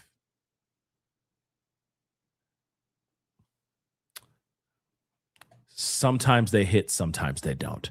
But here's the thing. Of course, they have to bring and they have to produce discovery. Of course. That's their job. But see, we got to see what happens though, right? Because they might not have anything. You got to remember, there's a couple things, and I'm not sitting here saying that they don't have anything. They would not do all of this to bring this man and his wife all the way from Caracas, Venezuela, to the Southern District of New York to slap them with charges if they didn't have enough to really take him down. But it would have been really, really helpful if they said, hey, all those boats we done went boom, boom on. It would have been nice for them to pick those up, catch them, so that you have pounds and pounds and pounds of said, Fenty and Yayo that you could basically say, see, these are all coming from Venezuela. These boats came from Venezuela. Here is the copious amounts of substances that he was trying to move across the ocean, move internationally. I'm just saying. Okay? I know some other people be like, they had a right to bomb those boats. And that's fine if you want to get in your fifis about that. Hey, by all means, do you, boo-boo, okay? I'm not worried how you butter your bread, okay? But at the same time, there's a part of me that's like, yeah, that would be nice to have some proof of that. But again, we don't know what they have. They have years and years. Remember, years ago, there was a bounty on Maduro's head. He was already named a terrorist, a dictator. He was already named a person of interest, a notorious individual way back in the Biden era, right? So again, he was named that. They put a bounty on his head at 25 mil. Obviously, it doubled since then, but still, they knew, they were savvy about this guy, right? So again, it's just very interesting, okay? But let's see, let me refresh this just to see if there's any more updates. Yes, there is. There's two more. So let's take a look at this. So let's go. So judge says, do you understand the interpretation? Maduro says, yes, I took notes. I would like to keep them. Hopefully he can. God forbid his cell is raided and he has all these things that are notes like pay off this witness and pay. Remember Diddy? Moving on. He says, yes, I took notes. I would like to keep them. So the prosecution says, we will work with the marshal on that to make sure they are kept appropriately. Judge says, I have a letter from Mr. Polak about various procedures on fees. Prosecution says, we'll confer on that. Judge says, is there an application for bail? Polak says, Mr. Maduro is not seeking bail at this time. Interesting. Without prejudice to applying later. Judge says you can make that application later. I'll hear it. Celia Flores also consents to detention. Wow. So they're not even, wow. They're not requesting bail. That's interesting, right? That's a little unprecedented, don't you think? They're not asking for that. So the judge says next, Rule 16, Rule 16 discovery. Prosecution says we have conferred and will write to the court and come back to the court approximately in 60 days. Damn. We have 2 months to wait for that kind of stuff. We have discussed March 17th. All are available. The judge says that's a satisfactory date. Polak says, I expect substantial motion practice. And this is what they put up as of 30 seconds ago. So we're fully up to date. But we're going to continue on and see what else is going. Hold on. Actually, I want to make sure, because, we're waiting for this, but also Tim Walz and, to the swift dirt down my, I'm sorry, Tim Walz. Okay. To Somali, to Tim Walz, to the sweat drip down my, I don't know. But he's supposed to be making a statement here soon. And it looks like, nope, he has not. Wait. Nope, he has not. Wait, it looks like he has. So let me pull this up. There's like clips of this, but I want to see if I can get the full thing so we can take a look at that as well while we wait for more stuff. Tim Walz.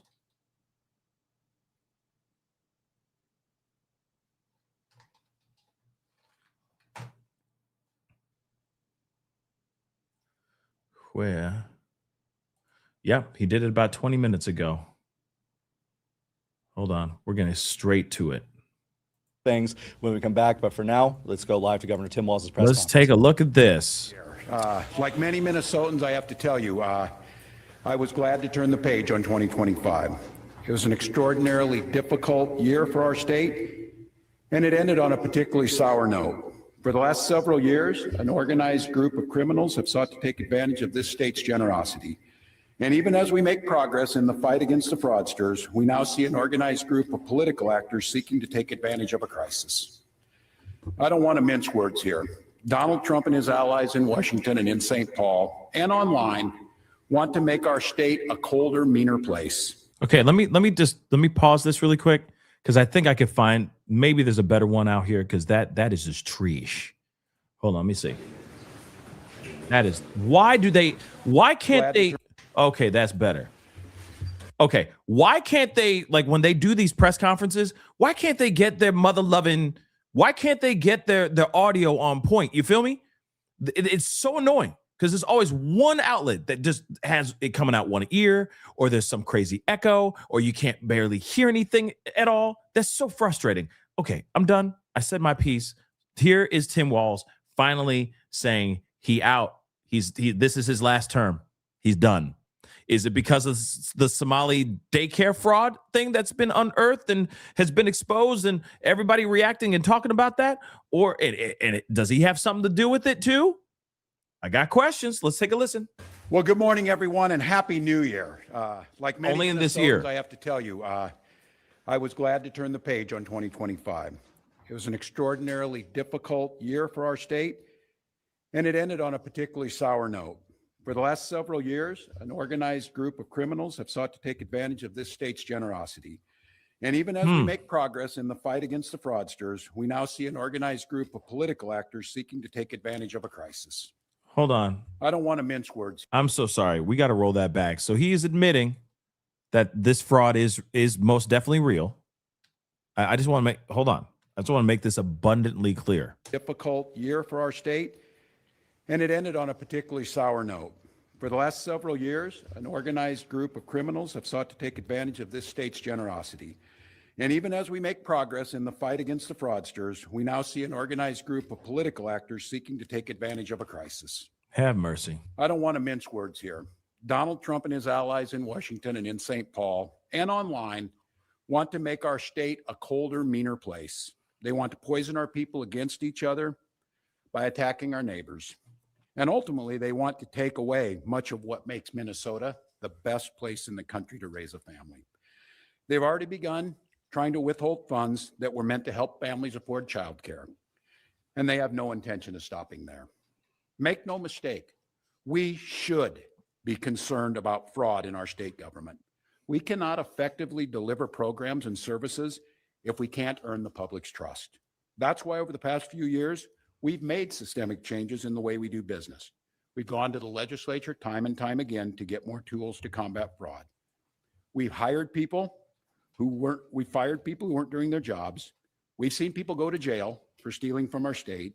We've cut off whole streams of funding in partnership with the federal government, where we saw widespread criminal activity. We've put new locks on the doors of our remaining programs, and we've hired a new head of program integrity to make sure that those locks can't be broken. All across this state, Minnesotans are hard at work on this problem. Advocates, administrators, investigators are on the front lines defending the integrity of our state's programs. And I want to give a very heartfelt thank you to all of them. There is more to do. A single taxpayer dollar wasted on fraud should be intolerable. And while there's a role to play for everyone, from the legislature to prosecutors to insurance companies to local and county government, the buck does stop with me. My administration has been taking fast, decisive action to solve this crisis. We'll win the fight against the fraudsters. But the political gamesmanship we're seeing from Republicans is only making that fight harder. We've got Republicans here in the state legislature playing hide and seek with potential whistleblowers. We've got conspiracy theorist right-wing YouTubers breaking into our daycares, demanding access to our children.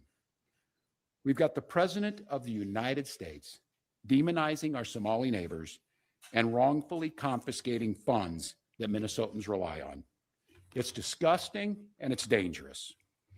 Republicans are playing politics with the future of the state. Chihuahua. It's shameful. And I've said it before, and I will continue to say it. We welcome ideas from anyone, in any party, from any walk of life, who wants to help us continue to stay ahead of these criminals. And we welcome the involvement of the federal government. I am grateful to the career professionals at the U.S. Attorney's Office and the FBI who have been helping us fight this fight for years.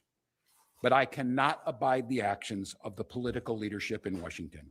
These opportunists are willing to hurt our people to score cheap points. They and their allies have no intention of helping us solve this problem, and every intention of trying to profit off of it. Which brings me to this. 2026 is an election year. Election years have a way of ramping up the politics at a time when we simply can't afford more of that in Minnesota. In September, I announced that I would seek a historic third term as Minnesota's governor. And I have every confidence that if I gave it my all, we would win the race. But as I reflect on this moment with my family and my team over the holidays, I came to the conclusion that I can't give a political campaign my all. Every minute that I spend defending my own political interest would be a minute I can't spend defending the people of Minnesota against the criminals who prey on our generosity and the cynics who want to prey on our differences. So I've decided to step out of this race, and I'll let others worry about the election while I focus on the work that's in front of me for the next year. I'm passing on this race with zero sadness and zero regret. I did not run for this job to have the job. I ran for the job to do the job. Minnesota faces enormous challenges this year, and I refuse to spend a single minute doing anything other than rising to meet this moment. Minnesota has always come first and always will. That's what I believe servant leadership demands of me. As an optimist, I'll hold out some hope that my friends on the other side of the aisle will consider what servant leadership demands of them in the moment. We can work together to combat against the criminals. We can work together to rebuild the public's trust and make our state stronger. But make no mistake about it, if Republicans continue down the path of abusing power, smearing entire communities, and running their own fraudulent game at the expense of Minnesotans, I will fight back with everything that I have. I am absolutely confident a Democratic and a DFLer will hold this seat come November. I'm confident that I'll find ways to contribute to the state that I love long after next January, but there'll be time to worry about all that later. Today, I'm proud of the work we've done to make Minnesota America's best place to live and raise kids, from our new paid leave policy to our child tax credit, to our school lunch programs feeding every single child. And I'm doubly proud of the incredible team we put together to make this vision a reality. I want to take a moment to thank every member of my staff, to every single state employee who has been part of this fight. Now more than ever, I need you on the job. I need you to help work together to tackle the important work in front of us. And most of all, I want Minnesotans to know how grateful I am for the opportunity to serve this state, for the privilege that I have been given to serve in this office. I'm on the job. I'm focused on making sure that we stay America's best place to live and raise kids. No one will take that away from us. I'm proud of the way we treat our neighbors. I'm proud of the way that we welcome people to this state. I'm proud of the way that we innovate. And I'm proud of the way that we are optimists for the future. No one's taking this away from us. Not the fraudsters, certainly not this president, not on my watch. Tomorrow, I'll be back with you. I'll give you an update on America's best paid family medical leave program that is now a week into it. And at that time, I'll take all your questions. Thank you all. Wow. So interesting. What you think? What you think? You think that there's a reason why he kicked rocks? Say, hey, I'm done. I'm resigning. Or, I'm not going to run for re-election. Forget being a part of this re-election and part of this election race. I'm done. Do you really think it's solely because of the fraud that's now being exposed? Or no? Because, surely he wouldn't just bow out solely because there's some fraud, right? Because if it was just fraud, wouldn't he just go and do everything he can to expose that fraud and make sure that those particular fraudsters are hit with the full extent of the law? Right? But he's like, yeah, we have fraudsters. There's an organized group that's doing all this stuff. And I'm out, guys. That's crazy.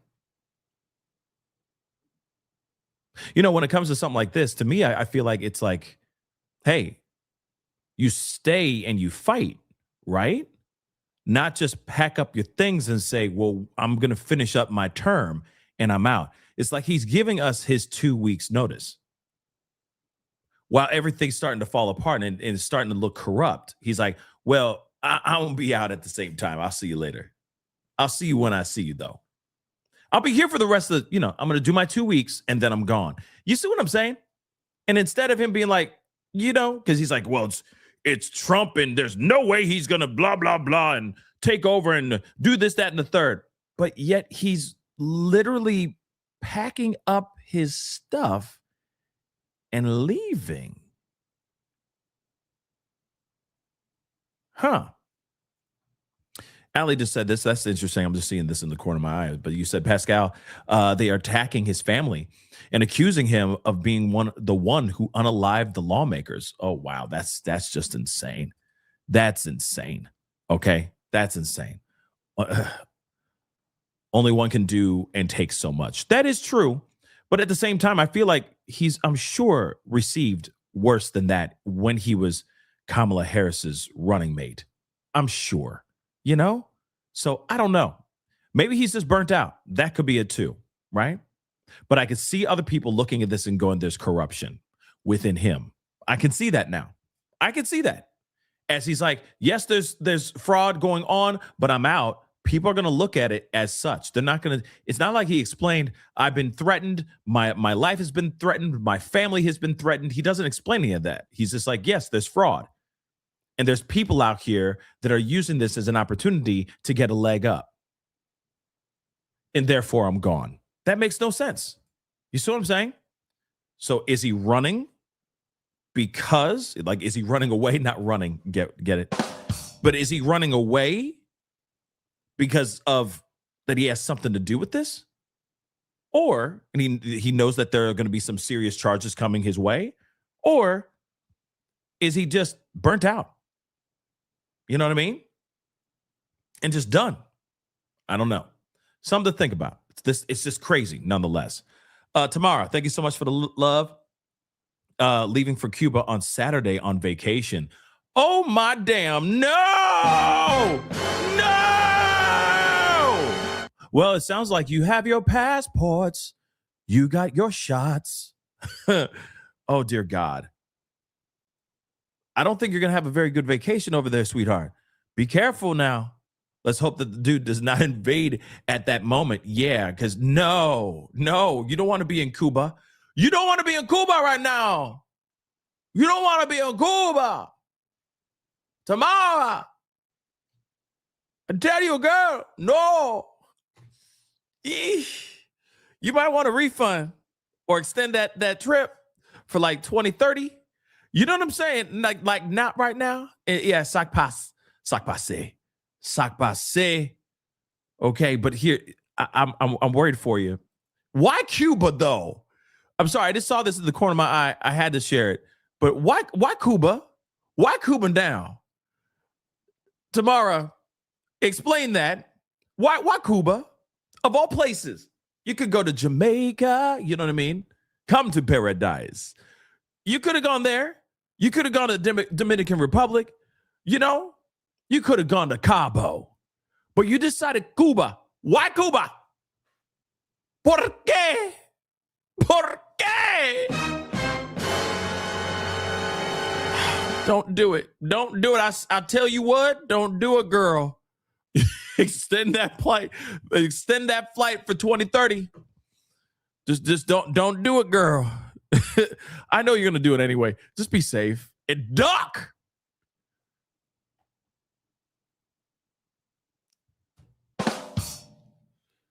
Sorry, but duck.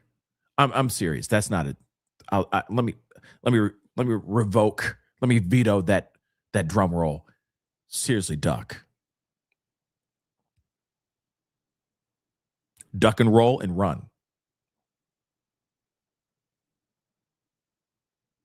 Okay. Cuba right now. Oh, yo. It's like somebody going, I'm going to Greenland tomorrow. No. It's a bad idea. Don't do it. Don't do it, guys. Don't do it. Don't do it, please. Okay, but enjoy your trip. Firecracker goes off. You're going to be like, seriously, what was that? Duck! Okay? And if somebody says run, as long as you're not running towards the fire, run as hard and as fast your little legs can carry you. But we got some updates here. I'm praying for everybody who ever wants to vacation in those kinds of areas. Okay? They have the best beaches. Those beaches are going to be occupied very soon. Marco Rubio already said that they're looking at Cuba quite a bit.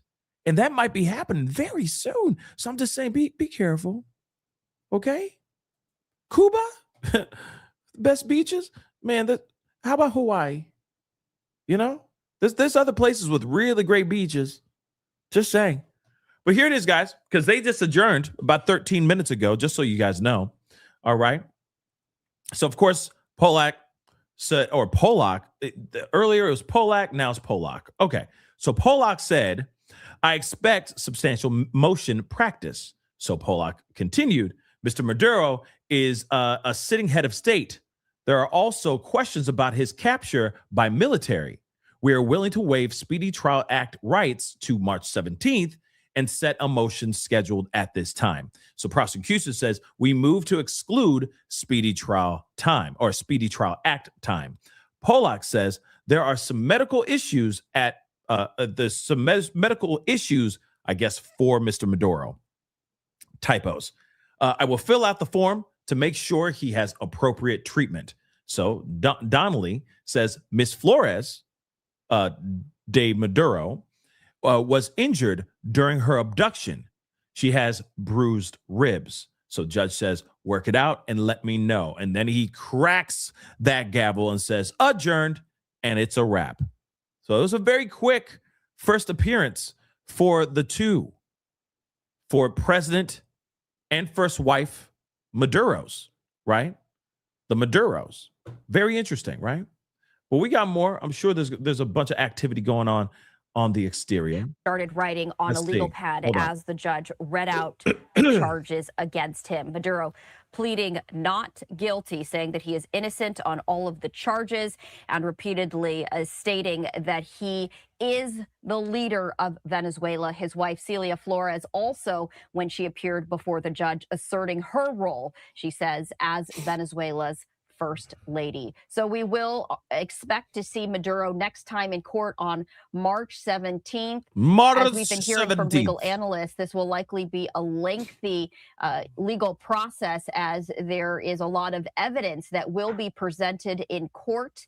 Maduro and Flores right now do have attorneys as they are continuing on. And now that the hearing is over, according to the Associated Press, the attorney Mark Donnelly, who is the attorney representing Celia Flores, told the judge that his client sustained, quote, health and medical issues that will require attention, saying that she might have a fracture or severe bruising on her ribs and may need a full X-ray. Both Maduro and Flores have agreed to remain detained for now. That's although interesting their attorneys too. could revisit a bail application at a later date.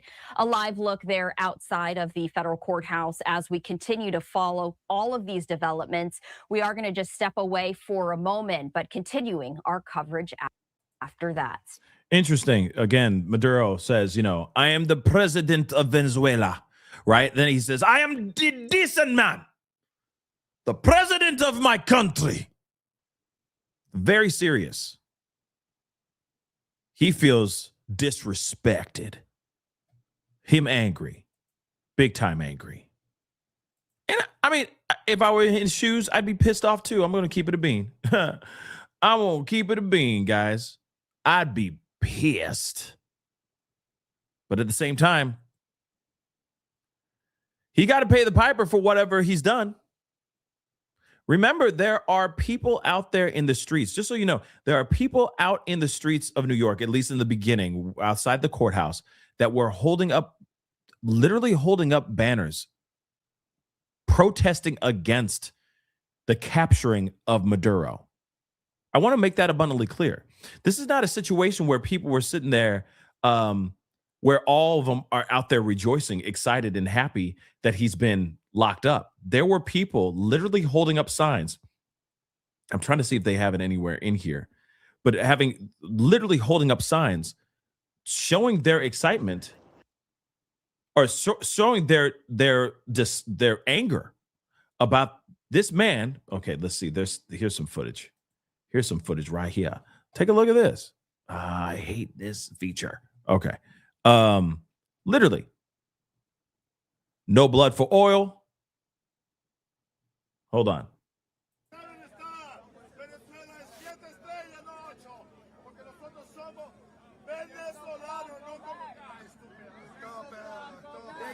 Moments when I wish I was fluent in Spanish.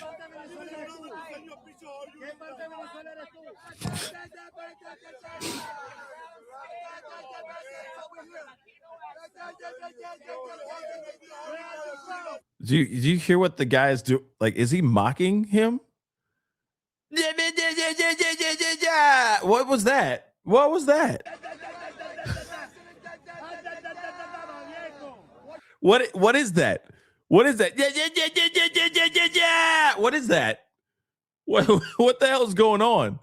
See, there's two sides. See, there are people who are rejoicing that he has been locked up and caught, and then I know that was like very aggressive baby talk.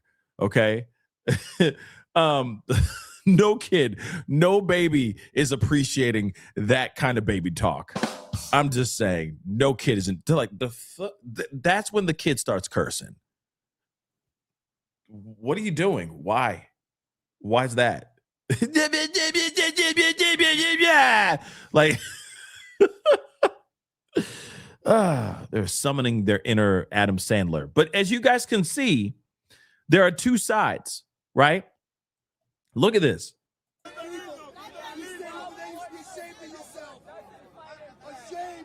people of Venezuela are celebrating. The children are dancing. The children are dancing.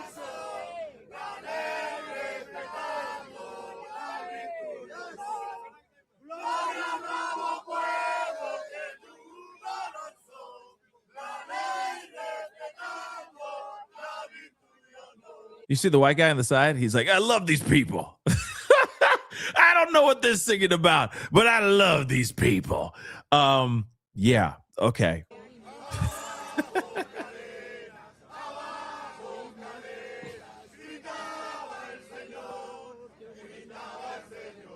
Hold on, let's see what this says. Something warships and an aircraft carrier for over a dozen fighter jets are blocking oil import exports that support 90% of Venezuela's economy. Interesting. So you got people on the opposing side that are not for this. Clearly, there are other people over here that are obviously from Venezuela as well. And they're like, yes, we're very excited. We're very happy to see this tyrant, this piece of trash, Maduro, locked up. Of course. But like I said before, if this was Trump, let's just say, locked up, there are going to be both. It's going to split the room. There are going to be people that are going to be rejoicing over the detainment and capturing of Trump, let's just say. Whereas the other side, there's going to be people that are going to be pissed off and think that he's a great leader. You see what I'm saying? So Maduro is just as polarizing as Trump. I'm not saying that Trump is a dictator or anything like that. I'm just saying, I'm trying to use a perfect example. If this was Biden and he was locked up, Obama and he was detained, captured, locked up for crimes, for certain crimes, right? There would be people rejoicing in the streets, but there would also be people protesting in the streets as well. So that's exactly what we're seeing here. That's exactly what's going on in Venezuela as well. There are people that are not happy about Maduro being captured, and there are people that are very, very happy about Maduro being captured. We're going to see both. But the media, hello, but the media is going to use this as an opportunity. They can either show both sides' reaction or only show one side's reaction. And a lot of certain media has just been showing either or, right? They're either showing people rejoicing or they're seeing people protest. They're not really showing the in-between. They're not showing both, which is interesting. But moving on.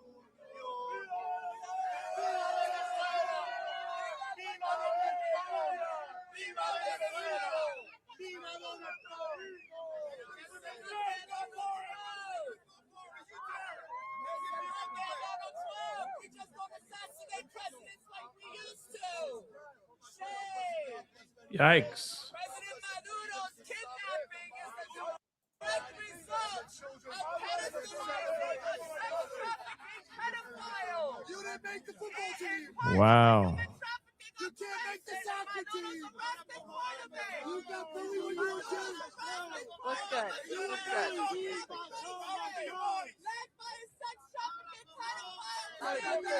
good? Skipping ahead a little bit.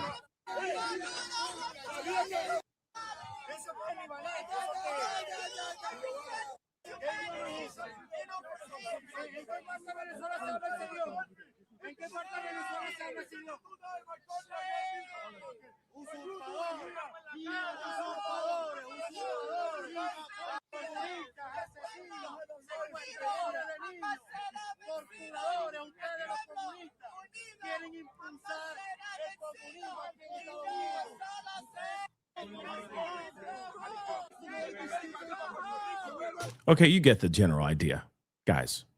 I think we all get the general idea. Let me also make this abundantly clear. Yesterday, there was a deadline that was not met, by the way. All the while, as we look at people react, either the hardcore MAGA loyalists that will just attach themselves to anything that Trump does that they believe is a good thing, that may have no idea what's really going on overseas. You're going to see that. You're also going to have people that are just the Venezuelans that are happy about this change of events, this turn of events, because it is a big turn of event. Let's be real.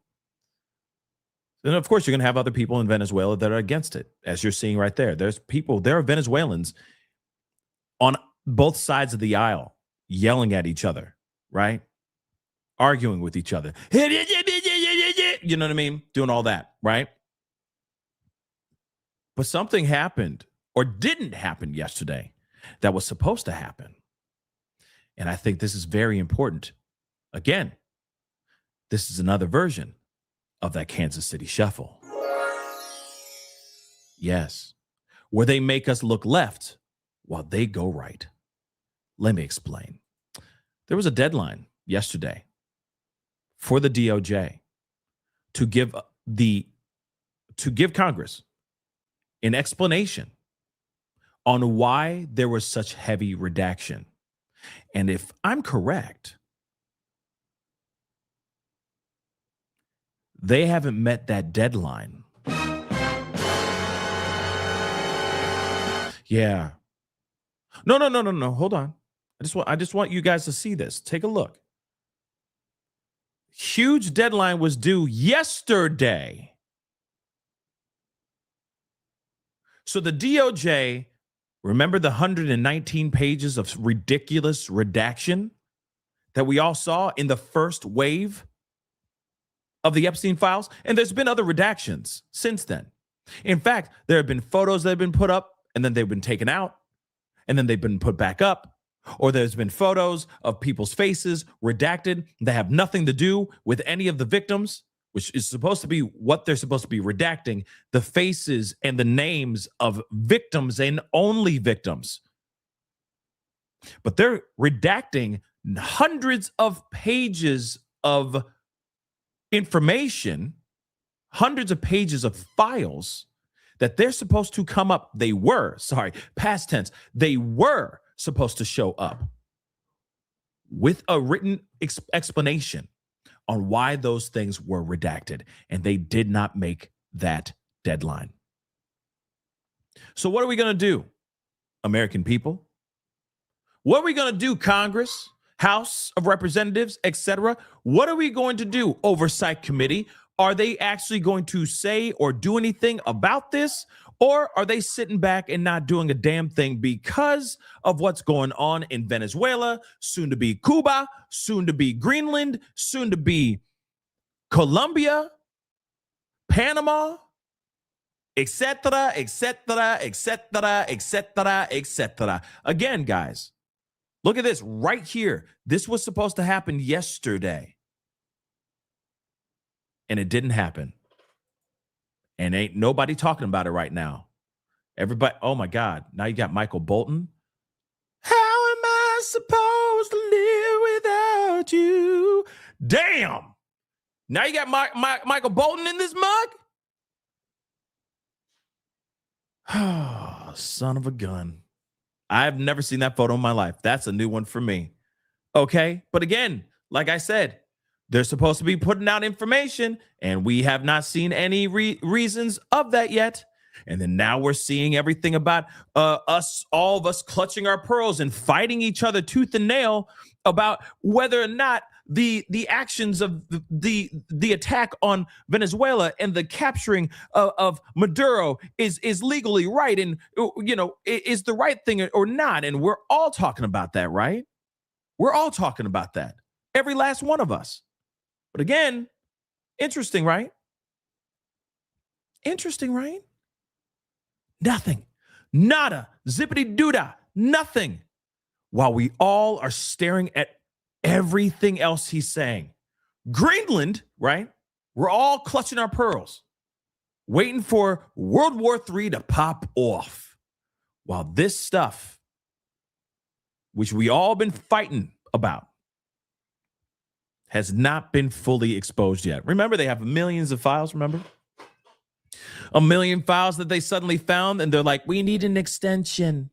Because the dog that ate all of our homework suddenly regurgitated paper. Some of the homework, and we need to go through it now, and then we will bring it in. But we're asking for a little bit of an extension, Teach. Is that okay, teacher? And that's exactly what we're seeing right now. More and more cover up, more and more BS. And now we got Venezuela. We got everybody looking over at, the southern district of New York, looking at Maduro saying, I am president of Venezuela, while he's locked up. And the judge is like, yeah, right. You a criminal now, so you ain't president of Venezuela no more. And while we're all reacting to that, they're still doing this.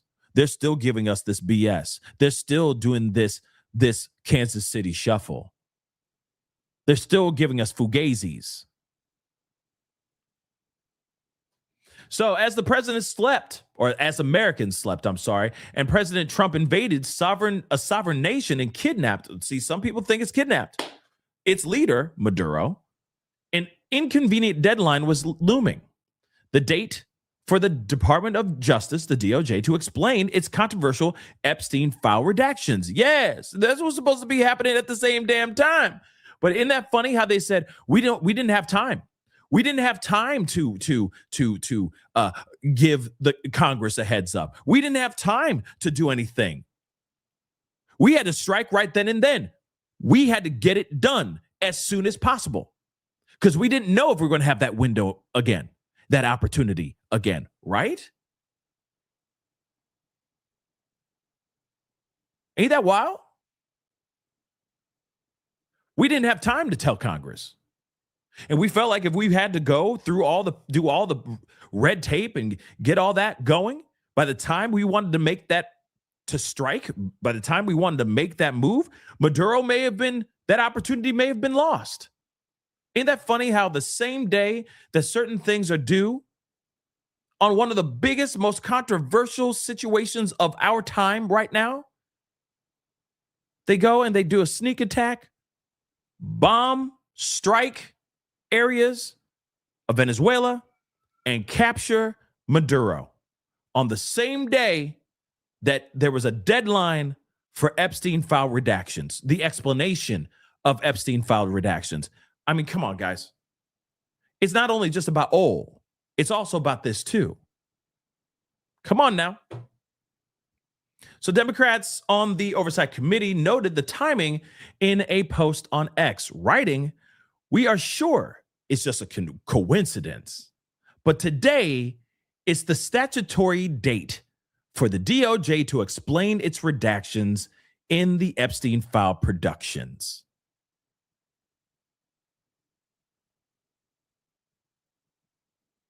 Huh? Yes, it's a coinky dink, don't you think? Just one fat ass coinky dink. We have not forgotten, and we won't let up, regardless of the president's new unconstitutional actions. This is what the Daily Beast has contacted the White House for comment. This is right here. Look at that. Oversight dams. They say exactly what I just read a second ago. Oh, it must be just a coinky dink, right? It's got to be. It's not a coinky dink, y'all. I don't believe in that. Not when it comes to this kind of stuff. All of this was happening right around the same time things were due. Ain't that interesting? Let's strike now. Strike now. So that the world is reacting to that.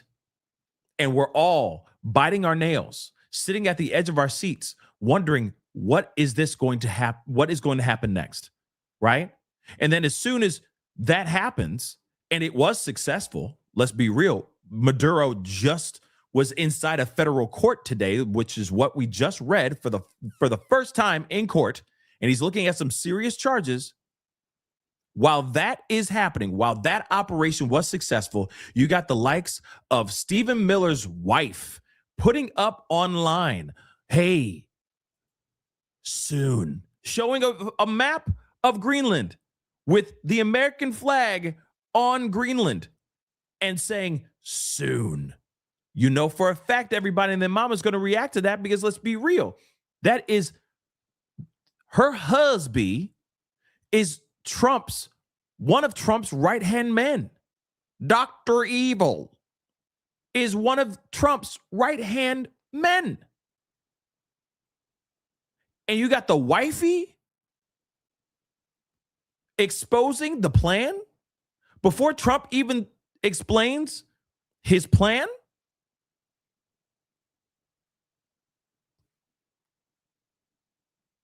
It's like it's almost as if like they could have just given it to Melania and her post it. It would have been the same damn thing. Or, Pete Hegseth's wife. It would have been the same thing. You see what I'm saying? Marco Rubio's wife. Let her post it. It's the same damn thing. Do you understand that? You understand that, right? So again, this is crazy.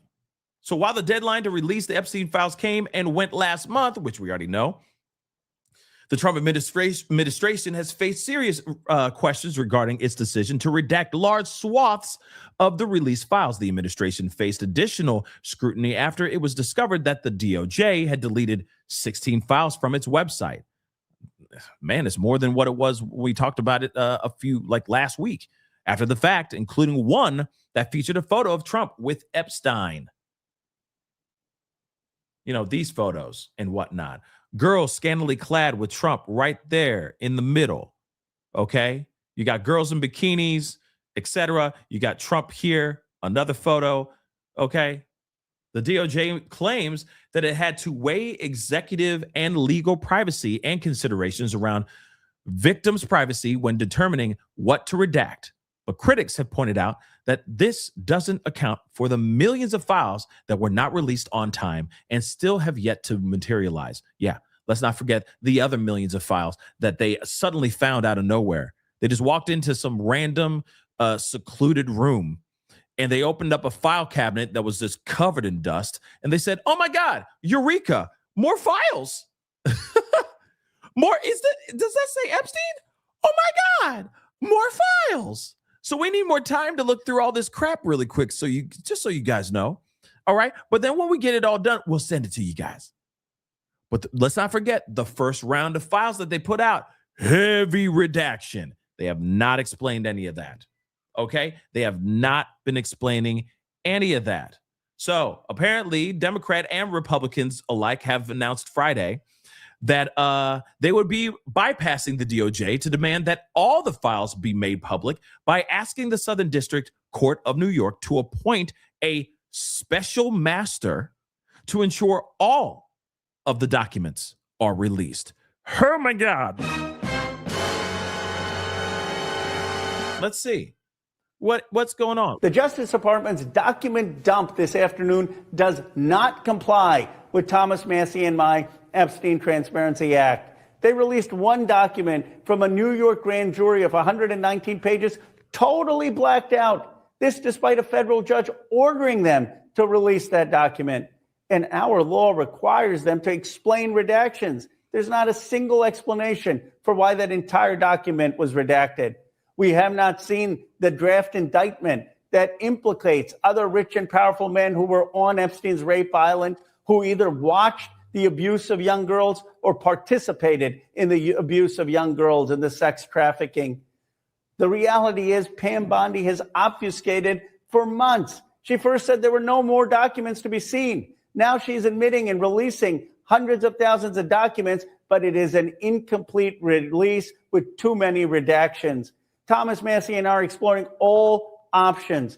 It can be the impeachment of people at justice, inherent contempt, or referring for prosecution those who are obstructing justice.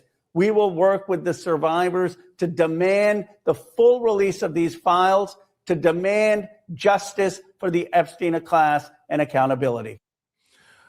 This is going to be a very interesting year. And we only, 5 days in? Is this 5 days? Yeah, it's been 5 days. It's been 5 days. Oh, God, it's only been 5 days, y'all.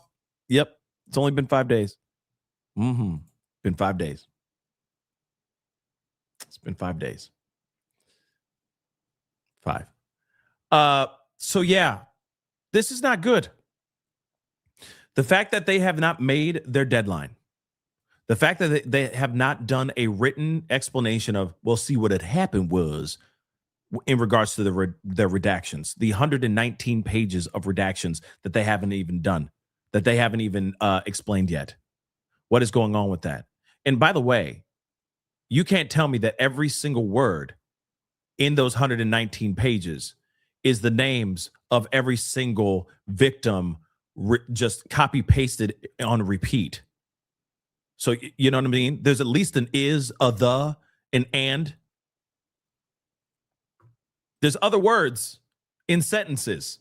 So you mean to tell me that you redact everything because it's protecting the victims? Everything in that 119 pages has everything to do with one, if not all, the victims? Like I said, it just doesn't make any sense. You redact the entire thing and you don't explain why. That is a huge problem. That is a huge, massive problem. But let us continue on because there's a lot more going on. This is just crazy. Let me show you what I'm talking about. There's, like I said, about an hour ago, there's people, protesting or, putting up signs. People are not. Some are for it. Some are not. The quality isn't great, but you get what I'm seeing here, right?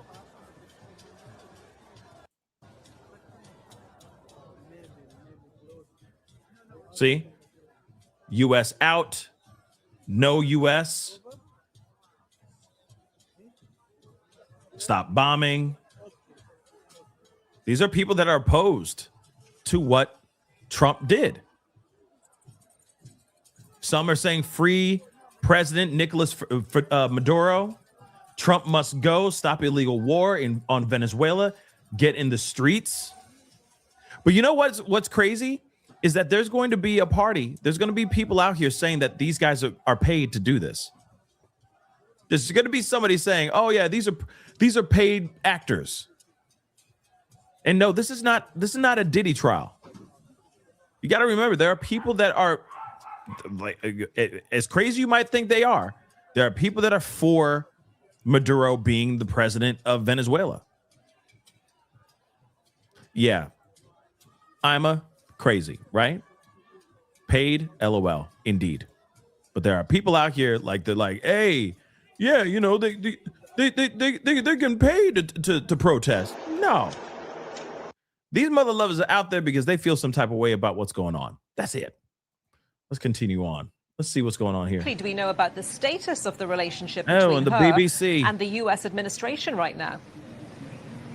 To the BBC. That's a really good question, Anita. That's something we're still trying to work out. We've heard differing messages.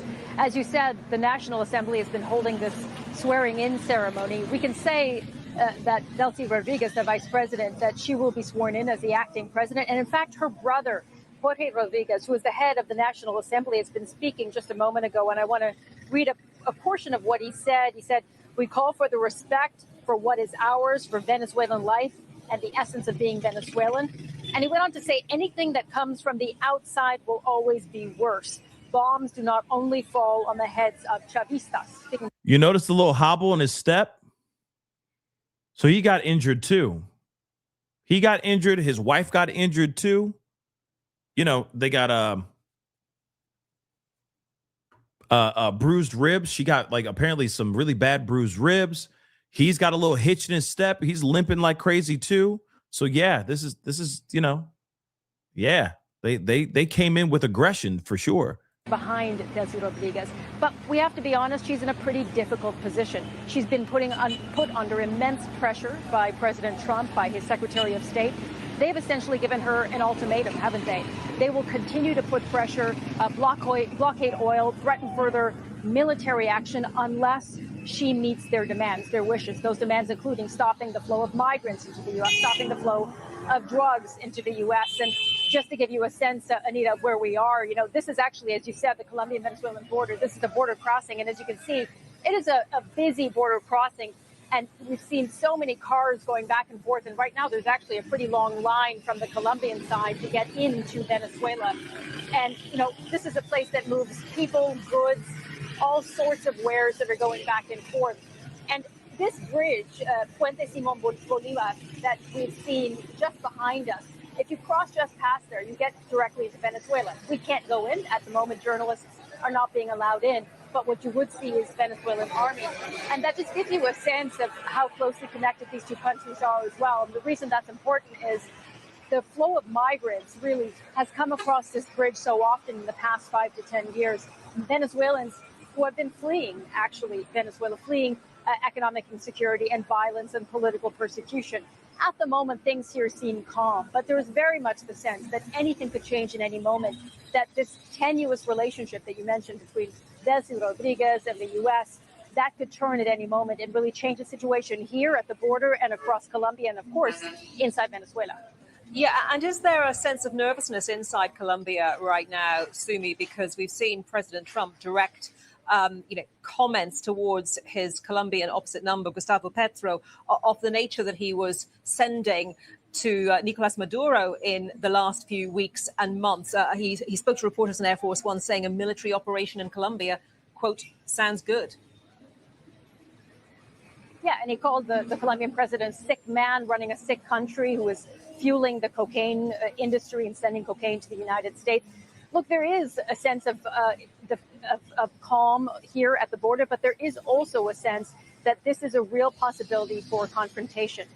I've received messages from Colombian friends who have said, we are really worried because of the rhetoric from President Trump. If you listen to the Colombian president, Gustavo Petro, he's remained defiant. He's been very clear that he will not tolerate any sort of aggression from President Trump from the U.S. In fact, in a message that he put out on X earlier today, he said, I haven't picked up arms since the Peace Pact of 1989, but I will pick up arms to defend our country, even if I don't want to. So very strong words from the president. That doesn't change the fact, however, Anita, that there is that nervousness that you mentioned. There is a sense that what happens in Venezuela very well could bleed over into Colombia, and we could see a direct confrontation between President Trump and Colombia's president. Remember that we saw the U.S. actually sanction Colombia's president, his wife, his son, the interior minister, over some of his actions. And that confrontation is only continuing to grow in the war of words, if you will, between these two leaders. Okay, Sumi, thank you very much. Sumi Somaskanda there. And we'll have much more on that story for you. So do stay with us here on The World Today. We'll be back after this. Yeah. It sounds like there's more casualties than what they let off. It's all bad.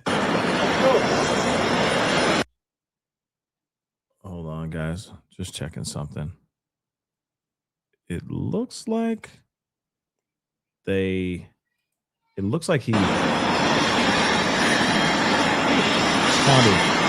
loud a little bit.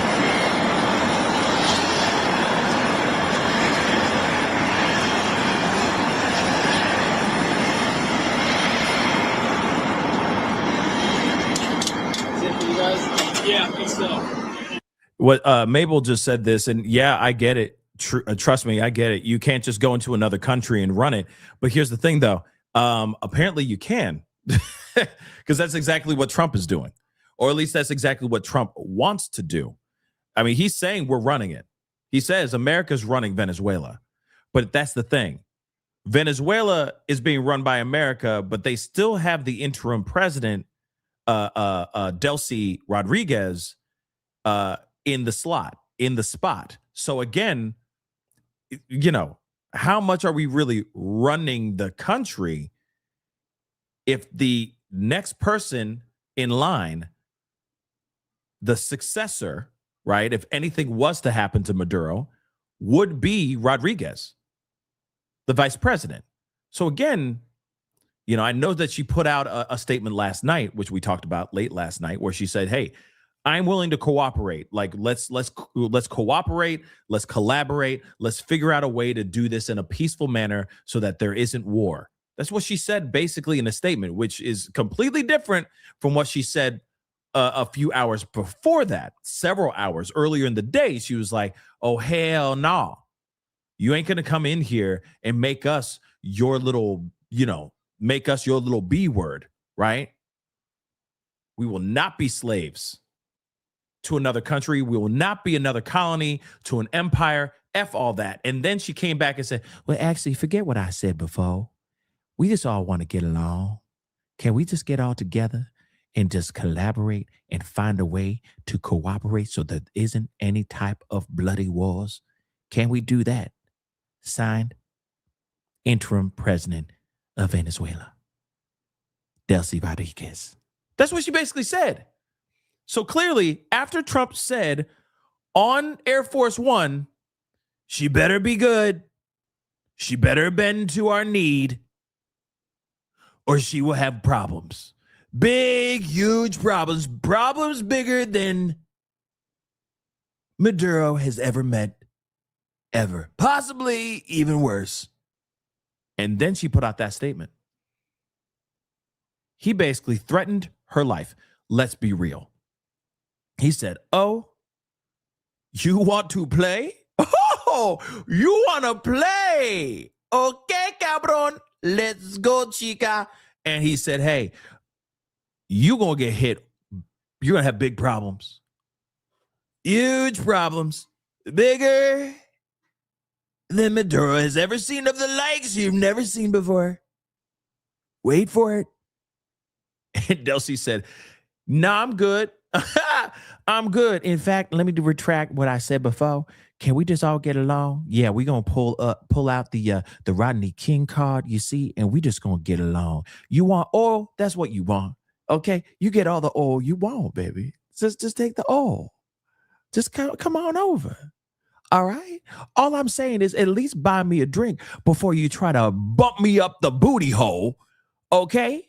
But let's collaborate. So we don't have my head on a platter, served on a platter. Signed, interim president of Venezuela, Delcy Rodriguez. So yeah, that's it. That's what happened. For a fact, you got Trump, who is out here chest out being like, America, right? I did something. I did a thing. And you got other people like Lindsey Graham going, yeah, yeah, the entire time. Of course, the new leader of Venezuela is going to listen to every single syllable that spills out of Trump's mouth. For a fact, that's what's going to happen. Okay? So, of course, if he says, you're going to have huge problems, it's going to be a big problem if you don't do what we ask. Of course, he's going, oh, wait a second. Could that be an assassination? They were successful with this. You don't think he can go and say, off with her head, and they go and do it in one random stealthy night while we are all resting our weary little heads on our pillows, thinking of candy canes and gumdrops? I'm just being real.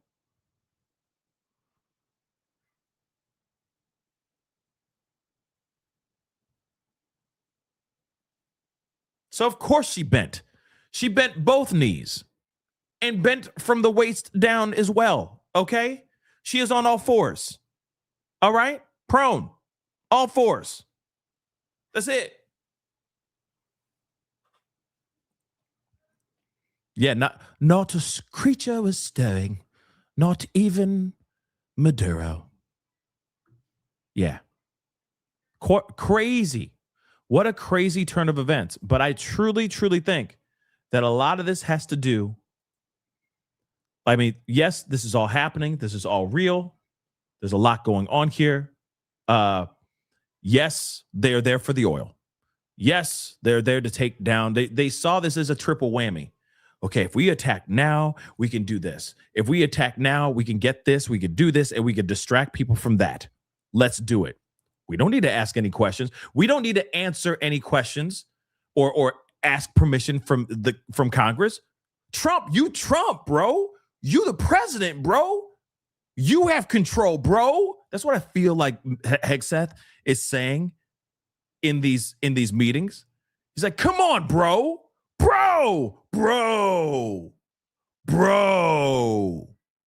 You're Trump, bro. And Trump's like, yeah, you're right. You're absolutely right. We're going to do it. Just do it when everyone's asleep. That's what we're going to do. When everyone's asleep. When they least expect it. That's what we're going to do. And Hegseth's like, yeah, right, bro. Because you got the power, bro. You know what I'm saying? It's just, they effed around and they found out, bro. Sorry. It's just very much the vibe I get. All right. But here's some more footage. I don't know what they're doing, but I think they're trying to find, or I think this is maybe Maduro's van that they transported him in. But I feel like he would be in like a Bearcat or something of that sort, right? But let's see what's going on. Oh, there's nothing. I figured there'd be like, you know, as we can see, and from the Doppler, I don't know. From the eye in the sky, WABC's eye in the sky, we are waiting to see the first glimpse of newly captured former president of Venezuela, Nicolas Maduro. As we wait to see our first glimpse of this man, let us talk about Hershey kisses. Have you ever had a Hershey kiss and just thought of Valentine's Day? Well, for this very special offer, if you use code WABC, you get 20% off your first purchase of those delectable, delicious little treats. Go check out HersheyKisses.com and use promo code WABC for your first 20% off. No one? Okay. Am I the only one? Okay, I guess I'm the only one. Okay.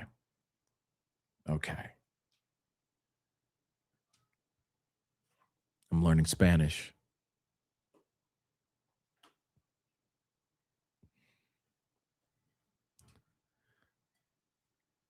Yeah. So, yeah, somebody else has said crude oil to like, so from baby oil, Astroglide to crude oil. Yeah. Ain't that wild?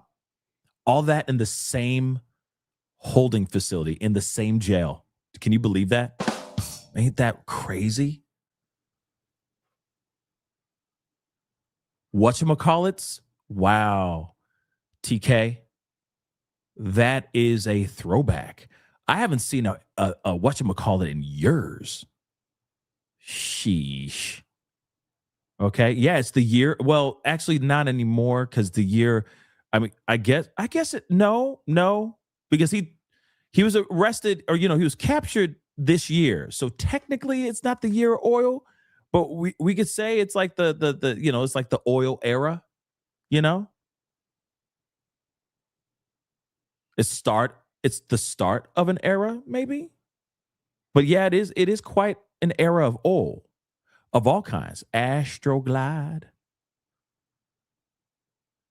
baby oil, crude oil, you know? It's a slippery slope we slide because of the Astroglide and the crude oil and the baby oil, right? What are they doing? I've given up. And now they're just like, well, let's go to traffic. So that's interesting. Okay, let's I'm hopping around to see if there's anything going on. Yeah, I mean they're waiting for like his perp walk as he I guess goes to that helicopter. Let's see.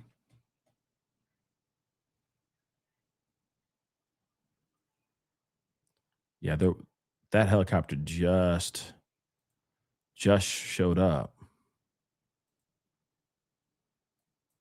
So again, I guess they're waiting for him to make his perp walk to the helicopter. So hold on. I'm looking to see if there's anything more. So the UN meeting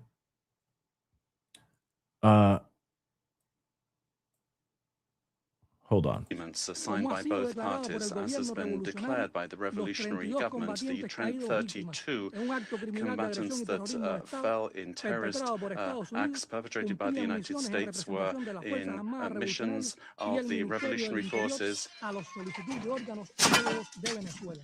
at the request of Venezuela. Those patriots. That was weird. Hold on.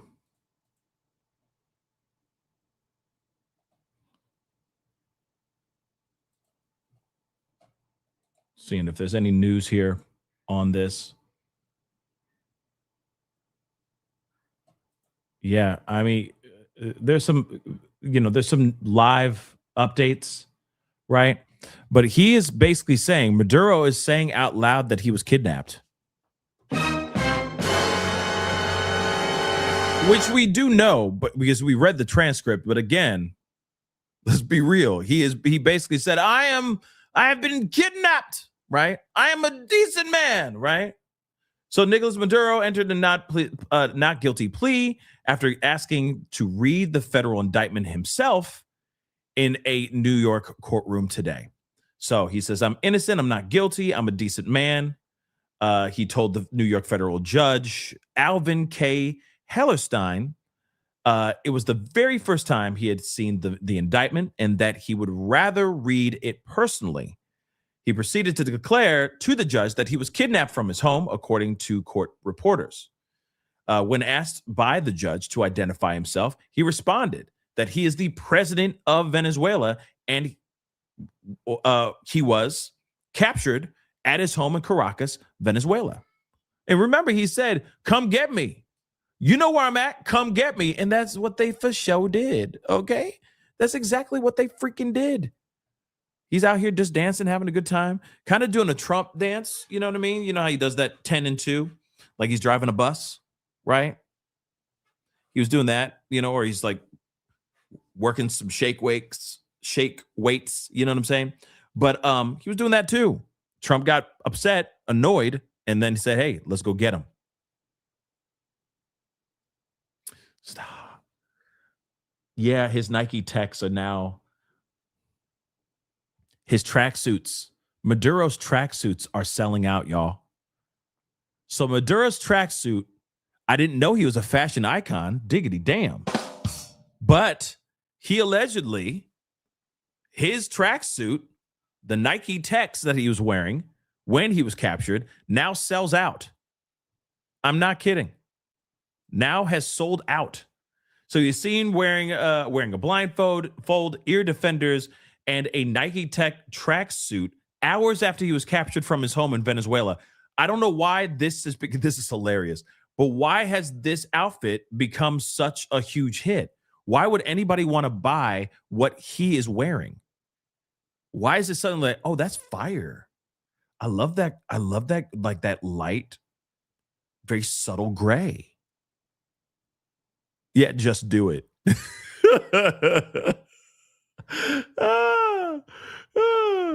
He's rocking a Nike Tech. Why is this happening?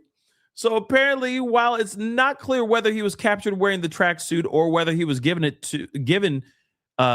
by U.S. forces, he triggered a near total sellout of the colorway on the U.S. Nike website within hours of the photograph's release. How did he become a fashion icon suddenly?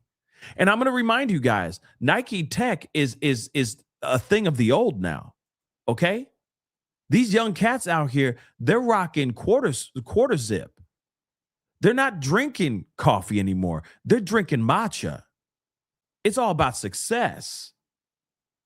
It's all about the essence of excellence. They're not rocking Nike Tech. Nike Tech is for those old heads, the ones that you're calling unk. You know what I'm saying? These young cats out here, quarter zips and quarter zips only. Nike Tech is a thing of the old, thing of the past, y'all. Like white Air Force Ones. I'm just letting you know. I'm just letting you know. But it's crazy that he's become a fashion icon of all things.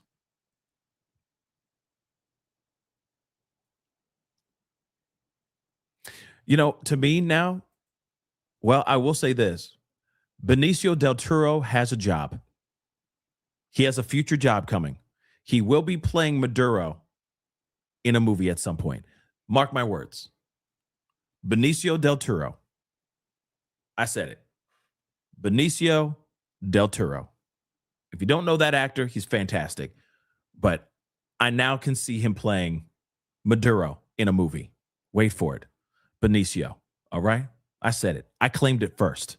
Watch. And when it happens, I'm going to jump on here. Even if it's 10 years from now, I'm going to be like, I told you so. Wait for it. Because it's coming. Let's see what else is going on. Come on. Let's see. This mission into Caracas 2 or so days ago breached international law. We've seen this strategy from the UK government in terms of dealing with President Trump before. What they do is sort of accentuate the less controversial bits and gloss over the very controversial bits. So when they're talking about Ukraine and Trump's approach to that, they talk about his commitment to peace. They talk less about what he might expect of President Zelensky to get there. It's a mirror image of that, really. They're talking about the ends, Nicolas Maduro being removed, and what an awful leader he was, the less controversial stuff that many people agree with, but they're glossing over how we actually got there, the extremely extraordinary operation that the US staged into Venezuela. And it is that part which is really provoking the controversy and I think the anger from some within even the Labour Party. Really interesting listening to Emily Thornberry, someone that served in Sir Keir Starmer's shadow cabinet but didn't make it into the full cabinet, someone that's been around a while and is quite respected on the Labour backbenches, saying that essentially what we are doing is setting a precedent for how the global world order will now be run. Might is right. Big countries basically doing what they want, and saying that actually the ends don't justify the means here. That if a big country can go into a small country and abduct a leader, no matter how abhorrent that leader is, then does that make it more likely that other countries which don't have the West's interests at heart will do the same? Look, there's, I think, quite a few predominantly left-wing Labour MPs that will have preferred that version, that analysis from Emily Thornberry to the one that we got from Yvette Cooper.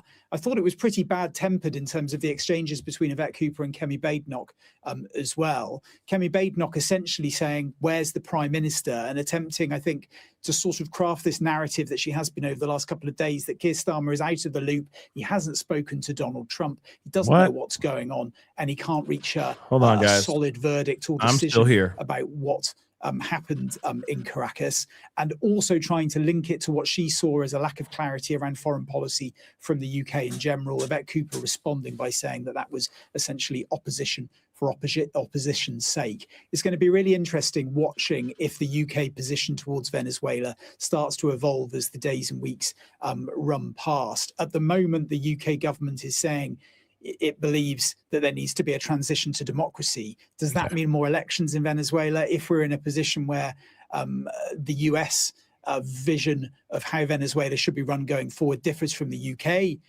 position in terms of the amount of democracy being injected into the process, will those calls grow for Sir Keir Starmer and his cabinet ministers to adopt a more spikier tone towards what's going on in Venezuela, but also crucially towards what the US is doing as well?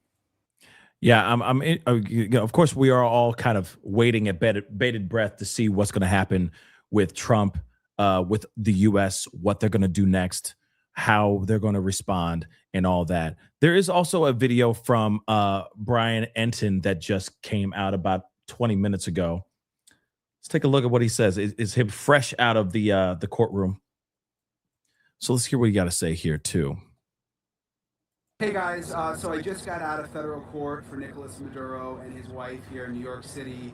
A lot of times these first appearances are kind of mundane and routine, but there was really nothing routine about this. So let me put my water down so I can read you some of my notes. They don't allow cameras or phones or anything in court, so I had to take all my notes by hand. But it was interesting. The first thing is when they asked Nicolas Maduro to confirm his name, he went into this long speech in Spanish saying that I'm the president of Venezuela. I'm a prisoner of war, said that he was captured and abducted. He pled not guilty. He said several times that he was innocent. By the way, he said, I'm a prisoner of war. I said that earlier. I could have sworn I mentioned that earlier, but he also said, I am a prisoner of war. So again, he believes that that Venezuela and America are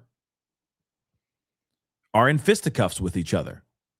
Trump has been doing everything in his power to say, oh, no, we're not at war. We're not at war at all. We're just trying to make things right. We'll see about that. But he's still denying whether or not this is an act of war or not. To me, I see this as I see it as a declaration, because you just took the leader. You see that, right? Whether you agree with it or not, one thing is for sure. Wouldn't you think that someone going in there, say somebody came into your home and just took your spouse out of nowhere? They just took your spouse, not police, just somebody goes in there and just takes your spouse. You're not going to look at that and say, that's really messed up. You don't think that's going to ruffle your feathers?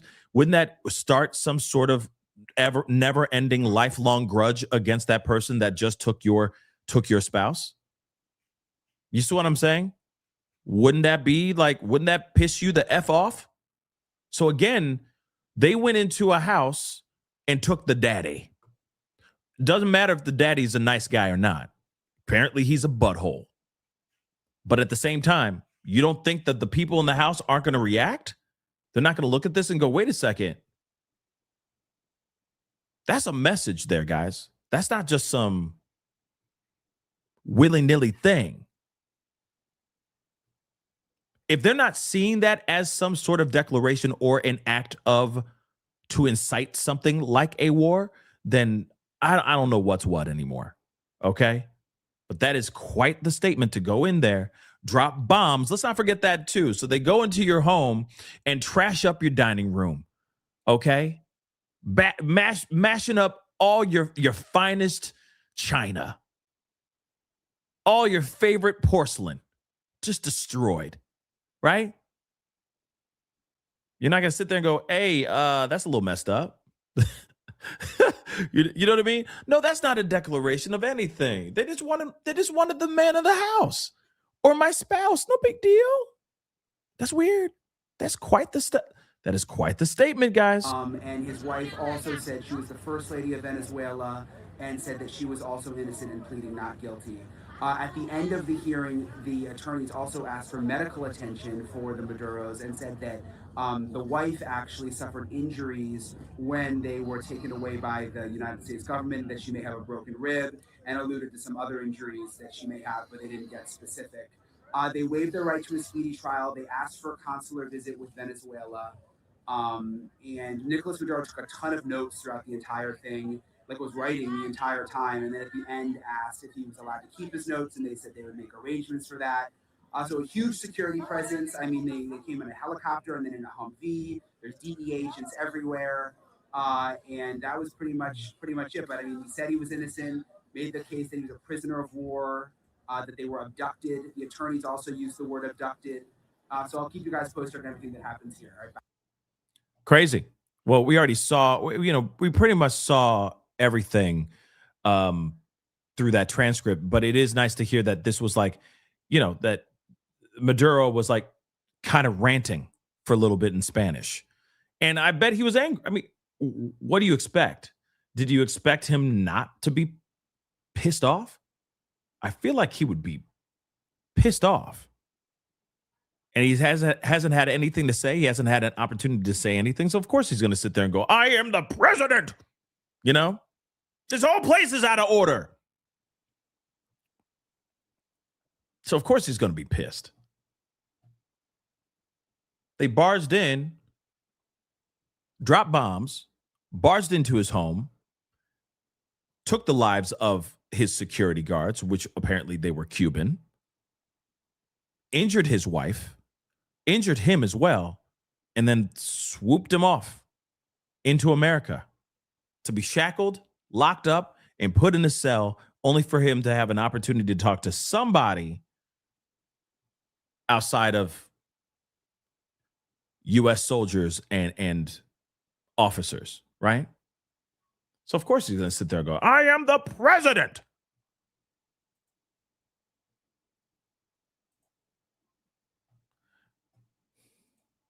What a day, guys. What a mother-loving day. So he claims he was kidnapped. That's what he's saying. And he's still saying that he is still the president of Venezuela. But I'm telling you right now, he's going to be locked up for a long time, guys. He's going to be locked up for a very, very long time. This is not a situation where he's going to be just locked up for like a little bit and they're going to be like, okay, you can go back home. No, he's going to be locked up for good. So whatever he needs to say to keep his mind intact, where he doesn't slowly slip off into senility, right? But we'll see. We shall see. Sorry, I'm just checking to see if there's any more updates. And it looks like there isn't much. Isn't much else as far as what we just saw. So yeah, guys, that is the updates so far. But of course, when we get some more information, of course, we'll talk about it.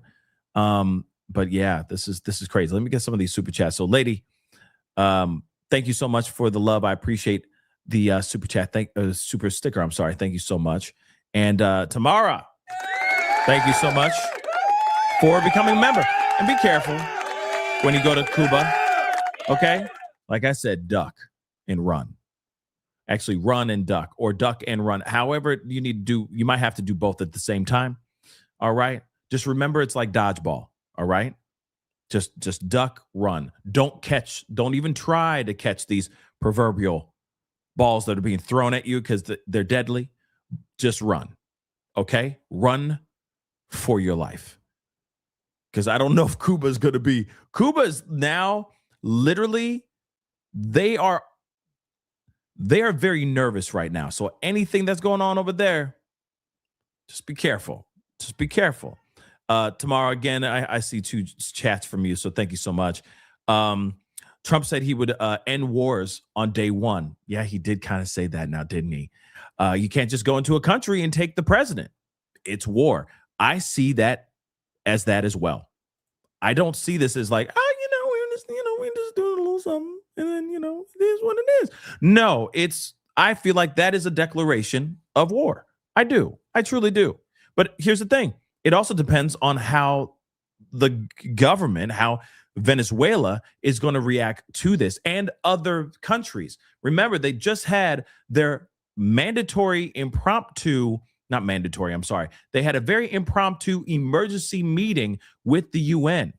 And there was majority of those countries that were very upset with what America did.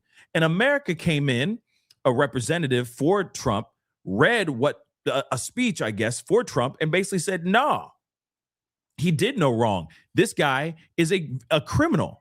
This guy is a monster. And we did the right thing by taking this man down. And that's it. But there are other countries that are like, what he did was wrong. This is very, very wrong. So, Tamara, again, thank you so much. It makes no sense to get justice in a country that captured you. See, that's what I see very interesting as well. He is being captured. He is being put into a very biased courtroom. I'm sorry to say it like that. He's a monster. I agree with that. But at the same time, if you're saying he's going to get a fair trial, I don't know if he will. Where are they going to find the right type of jury? For him to actually have a fair trial, they would have to have people who have no idea who Maduro is, have no idea what's going on between America and Venezuela, which is basically literally impossible. It's the same thing like Diddy or any of these other high-profile cases that we've seen in the past.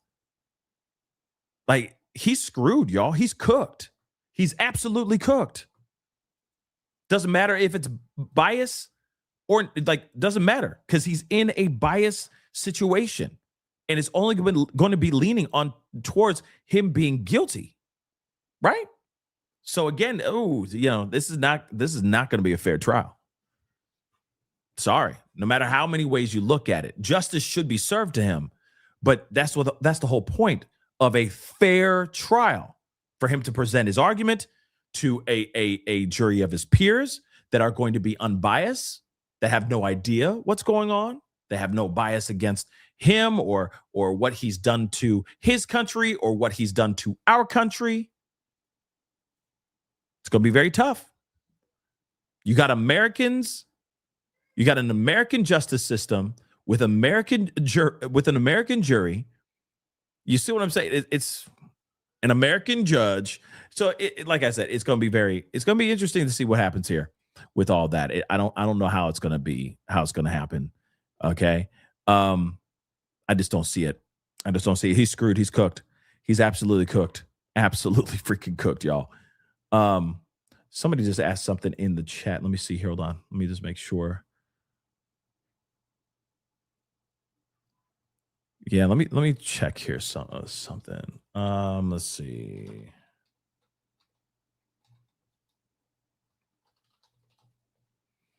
Let me see something here real quick.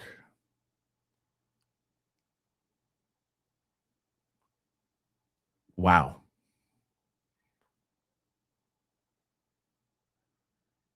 I mean, this is just an example of something that is actually being shared on X. Just something. I was looking at just like victims and, how many people, blah, blah, blah. They say one of the people the U.S. unalived in Venezuela was Rosa Gonzalez, 80 years old, who they blew up in her apartment. Will you hear this on the European news? I doubt it. And this is a post that was put up yesterday because today's the 5th. I mean, this is kind of the harsh realities of things that we all need to see. And I mean, this is the kind of stuff that's going on, y'all. Okay. Hold on. Whenever someone talks about Venezuela, keep this in mind. Maduro was responsible for all of this. Actually, let's take a look at this. Well, no, it's too long. Unfortunately, I'm going to have to. That's another thing. But still, remember, there are people that have their own particular opinion about this, right? There are people that are rejoicing about Maduro being captured. And then, of course, there's other people that are not happy about him being captured at all. But again, I think it's, of course, it's really on what side of the fence you stand on. Some people are going to be for it. And then, of course, other people are not. But yeah, I mean, this is just examples of the aftermath. Hold on. Let me just show you what I'm talking about. This is literally, somebody just posted this 2 hours ago. This is footage from what happened. This is the aftermath of what happened just a couple days ago. Okay, look at this. This is crazy. You think a bunch of people survived? Or you don't think people got hurt? Like, look at that. Sides of buildings gone. Okay, there were casualties, guys. They said no casualties, no one was hurt. It was perfect. The only people that got hurt are the bad guys, but it wasn't. That's not the case here. There are full-on sides of buildings blown out.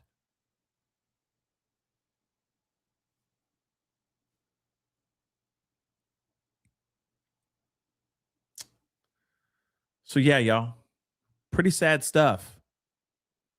Yeah, I'm hearing. I heard 50. Now I'm seeing something about 80 people have perished due to this whole thing. I mean, it's just very jacked up, y'all. All of this is very, very, very jacked up and sad.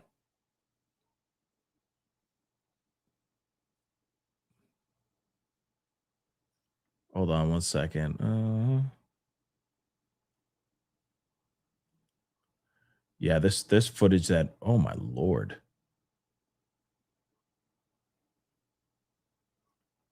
There's aggression, I guess. See, there's other places that are saying 160 people have lost their lives. But you got to take that information with a grain of salt.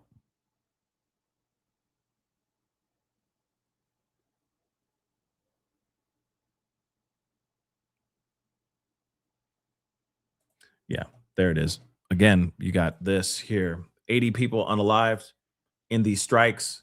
Cuba reports 32 citizens among the ones that have lost their lives as well. 32 Cubans lost their lives in connection to this whole thing. It's crazy. That's crazy. But again, guys, we'll see what happens here. We're going to keep an eye on everything. There's a lot going on.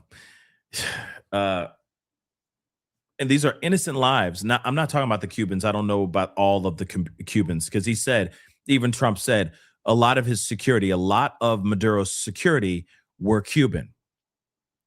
So I don't know if all 32 were military or part of his security, but nonetheless, you have at least 50 Venezuelans that lost their lives due to this whole situation. It's very sad. It's very sad. But guys, that is the show. I appreciate all y'all for being here. It really means a lot. Thank you so much for tuning in and watching this whole thing. There's a lot going on, and we have a lot to cover and a lot to discuss, and we will be discussing all of it. Trust and believe. So please do me a favor. Hit that like button down below. Crush it. Do it a do. Hit that reaction button if you're watching on these other platforms. If you are watching on these other platforms like Facebook, X/Twitter, Instagram, TikTok, Rumble, Twitch, Kick, make sure you hit that follow button. I'm on all of them, so hit that follow button. Especially follow my Facebook page. I'm giving a lot of updates over there in article format, because there's a lot of breaking news that just keeps on. There's things that are happening so fast, I don't have time to run to my phone or run to the camera and give you guys those updates. So make sure you hit that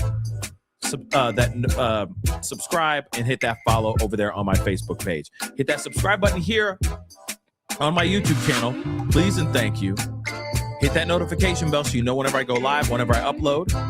Hit that join button down below, become a member. Check out my Patreon. And of course, check out PascalMerch.com. PascalMerch.com. We got some really great stuff over there. And of course, if you're going out to Cuba, duck and run. Anyway, guys, it's time to get going. Much love to you guys, and I will be talking to you guys very soon. Be good to yourselves. Be good to one another. This is The Pascal Show. Bye.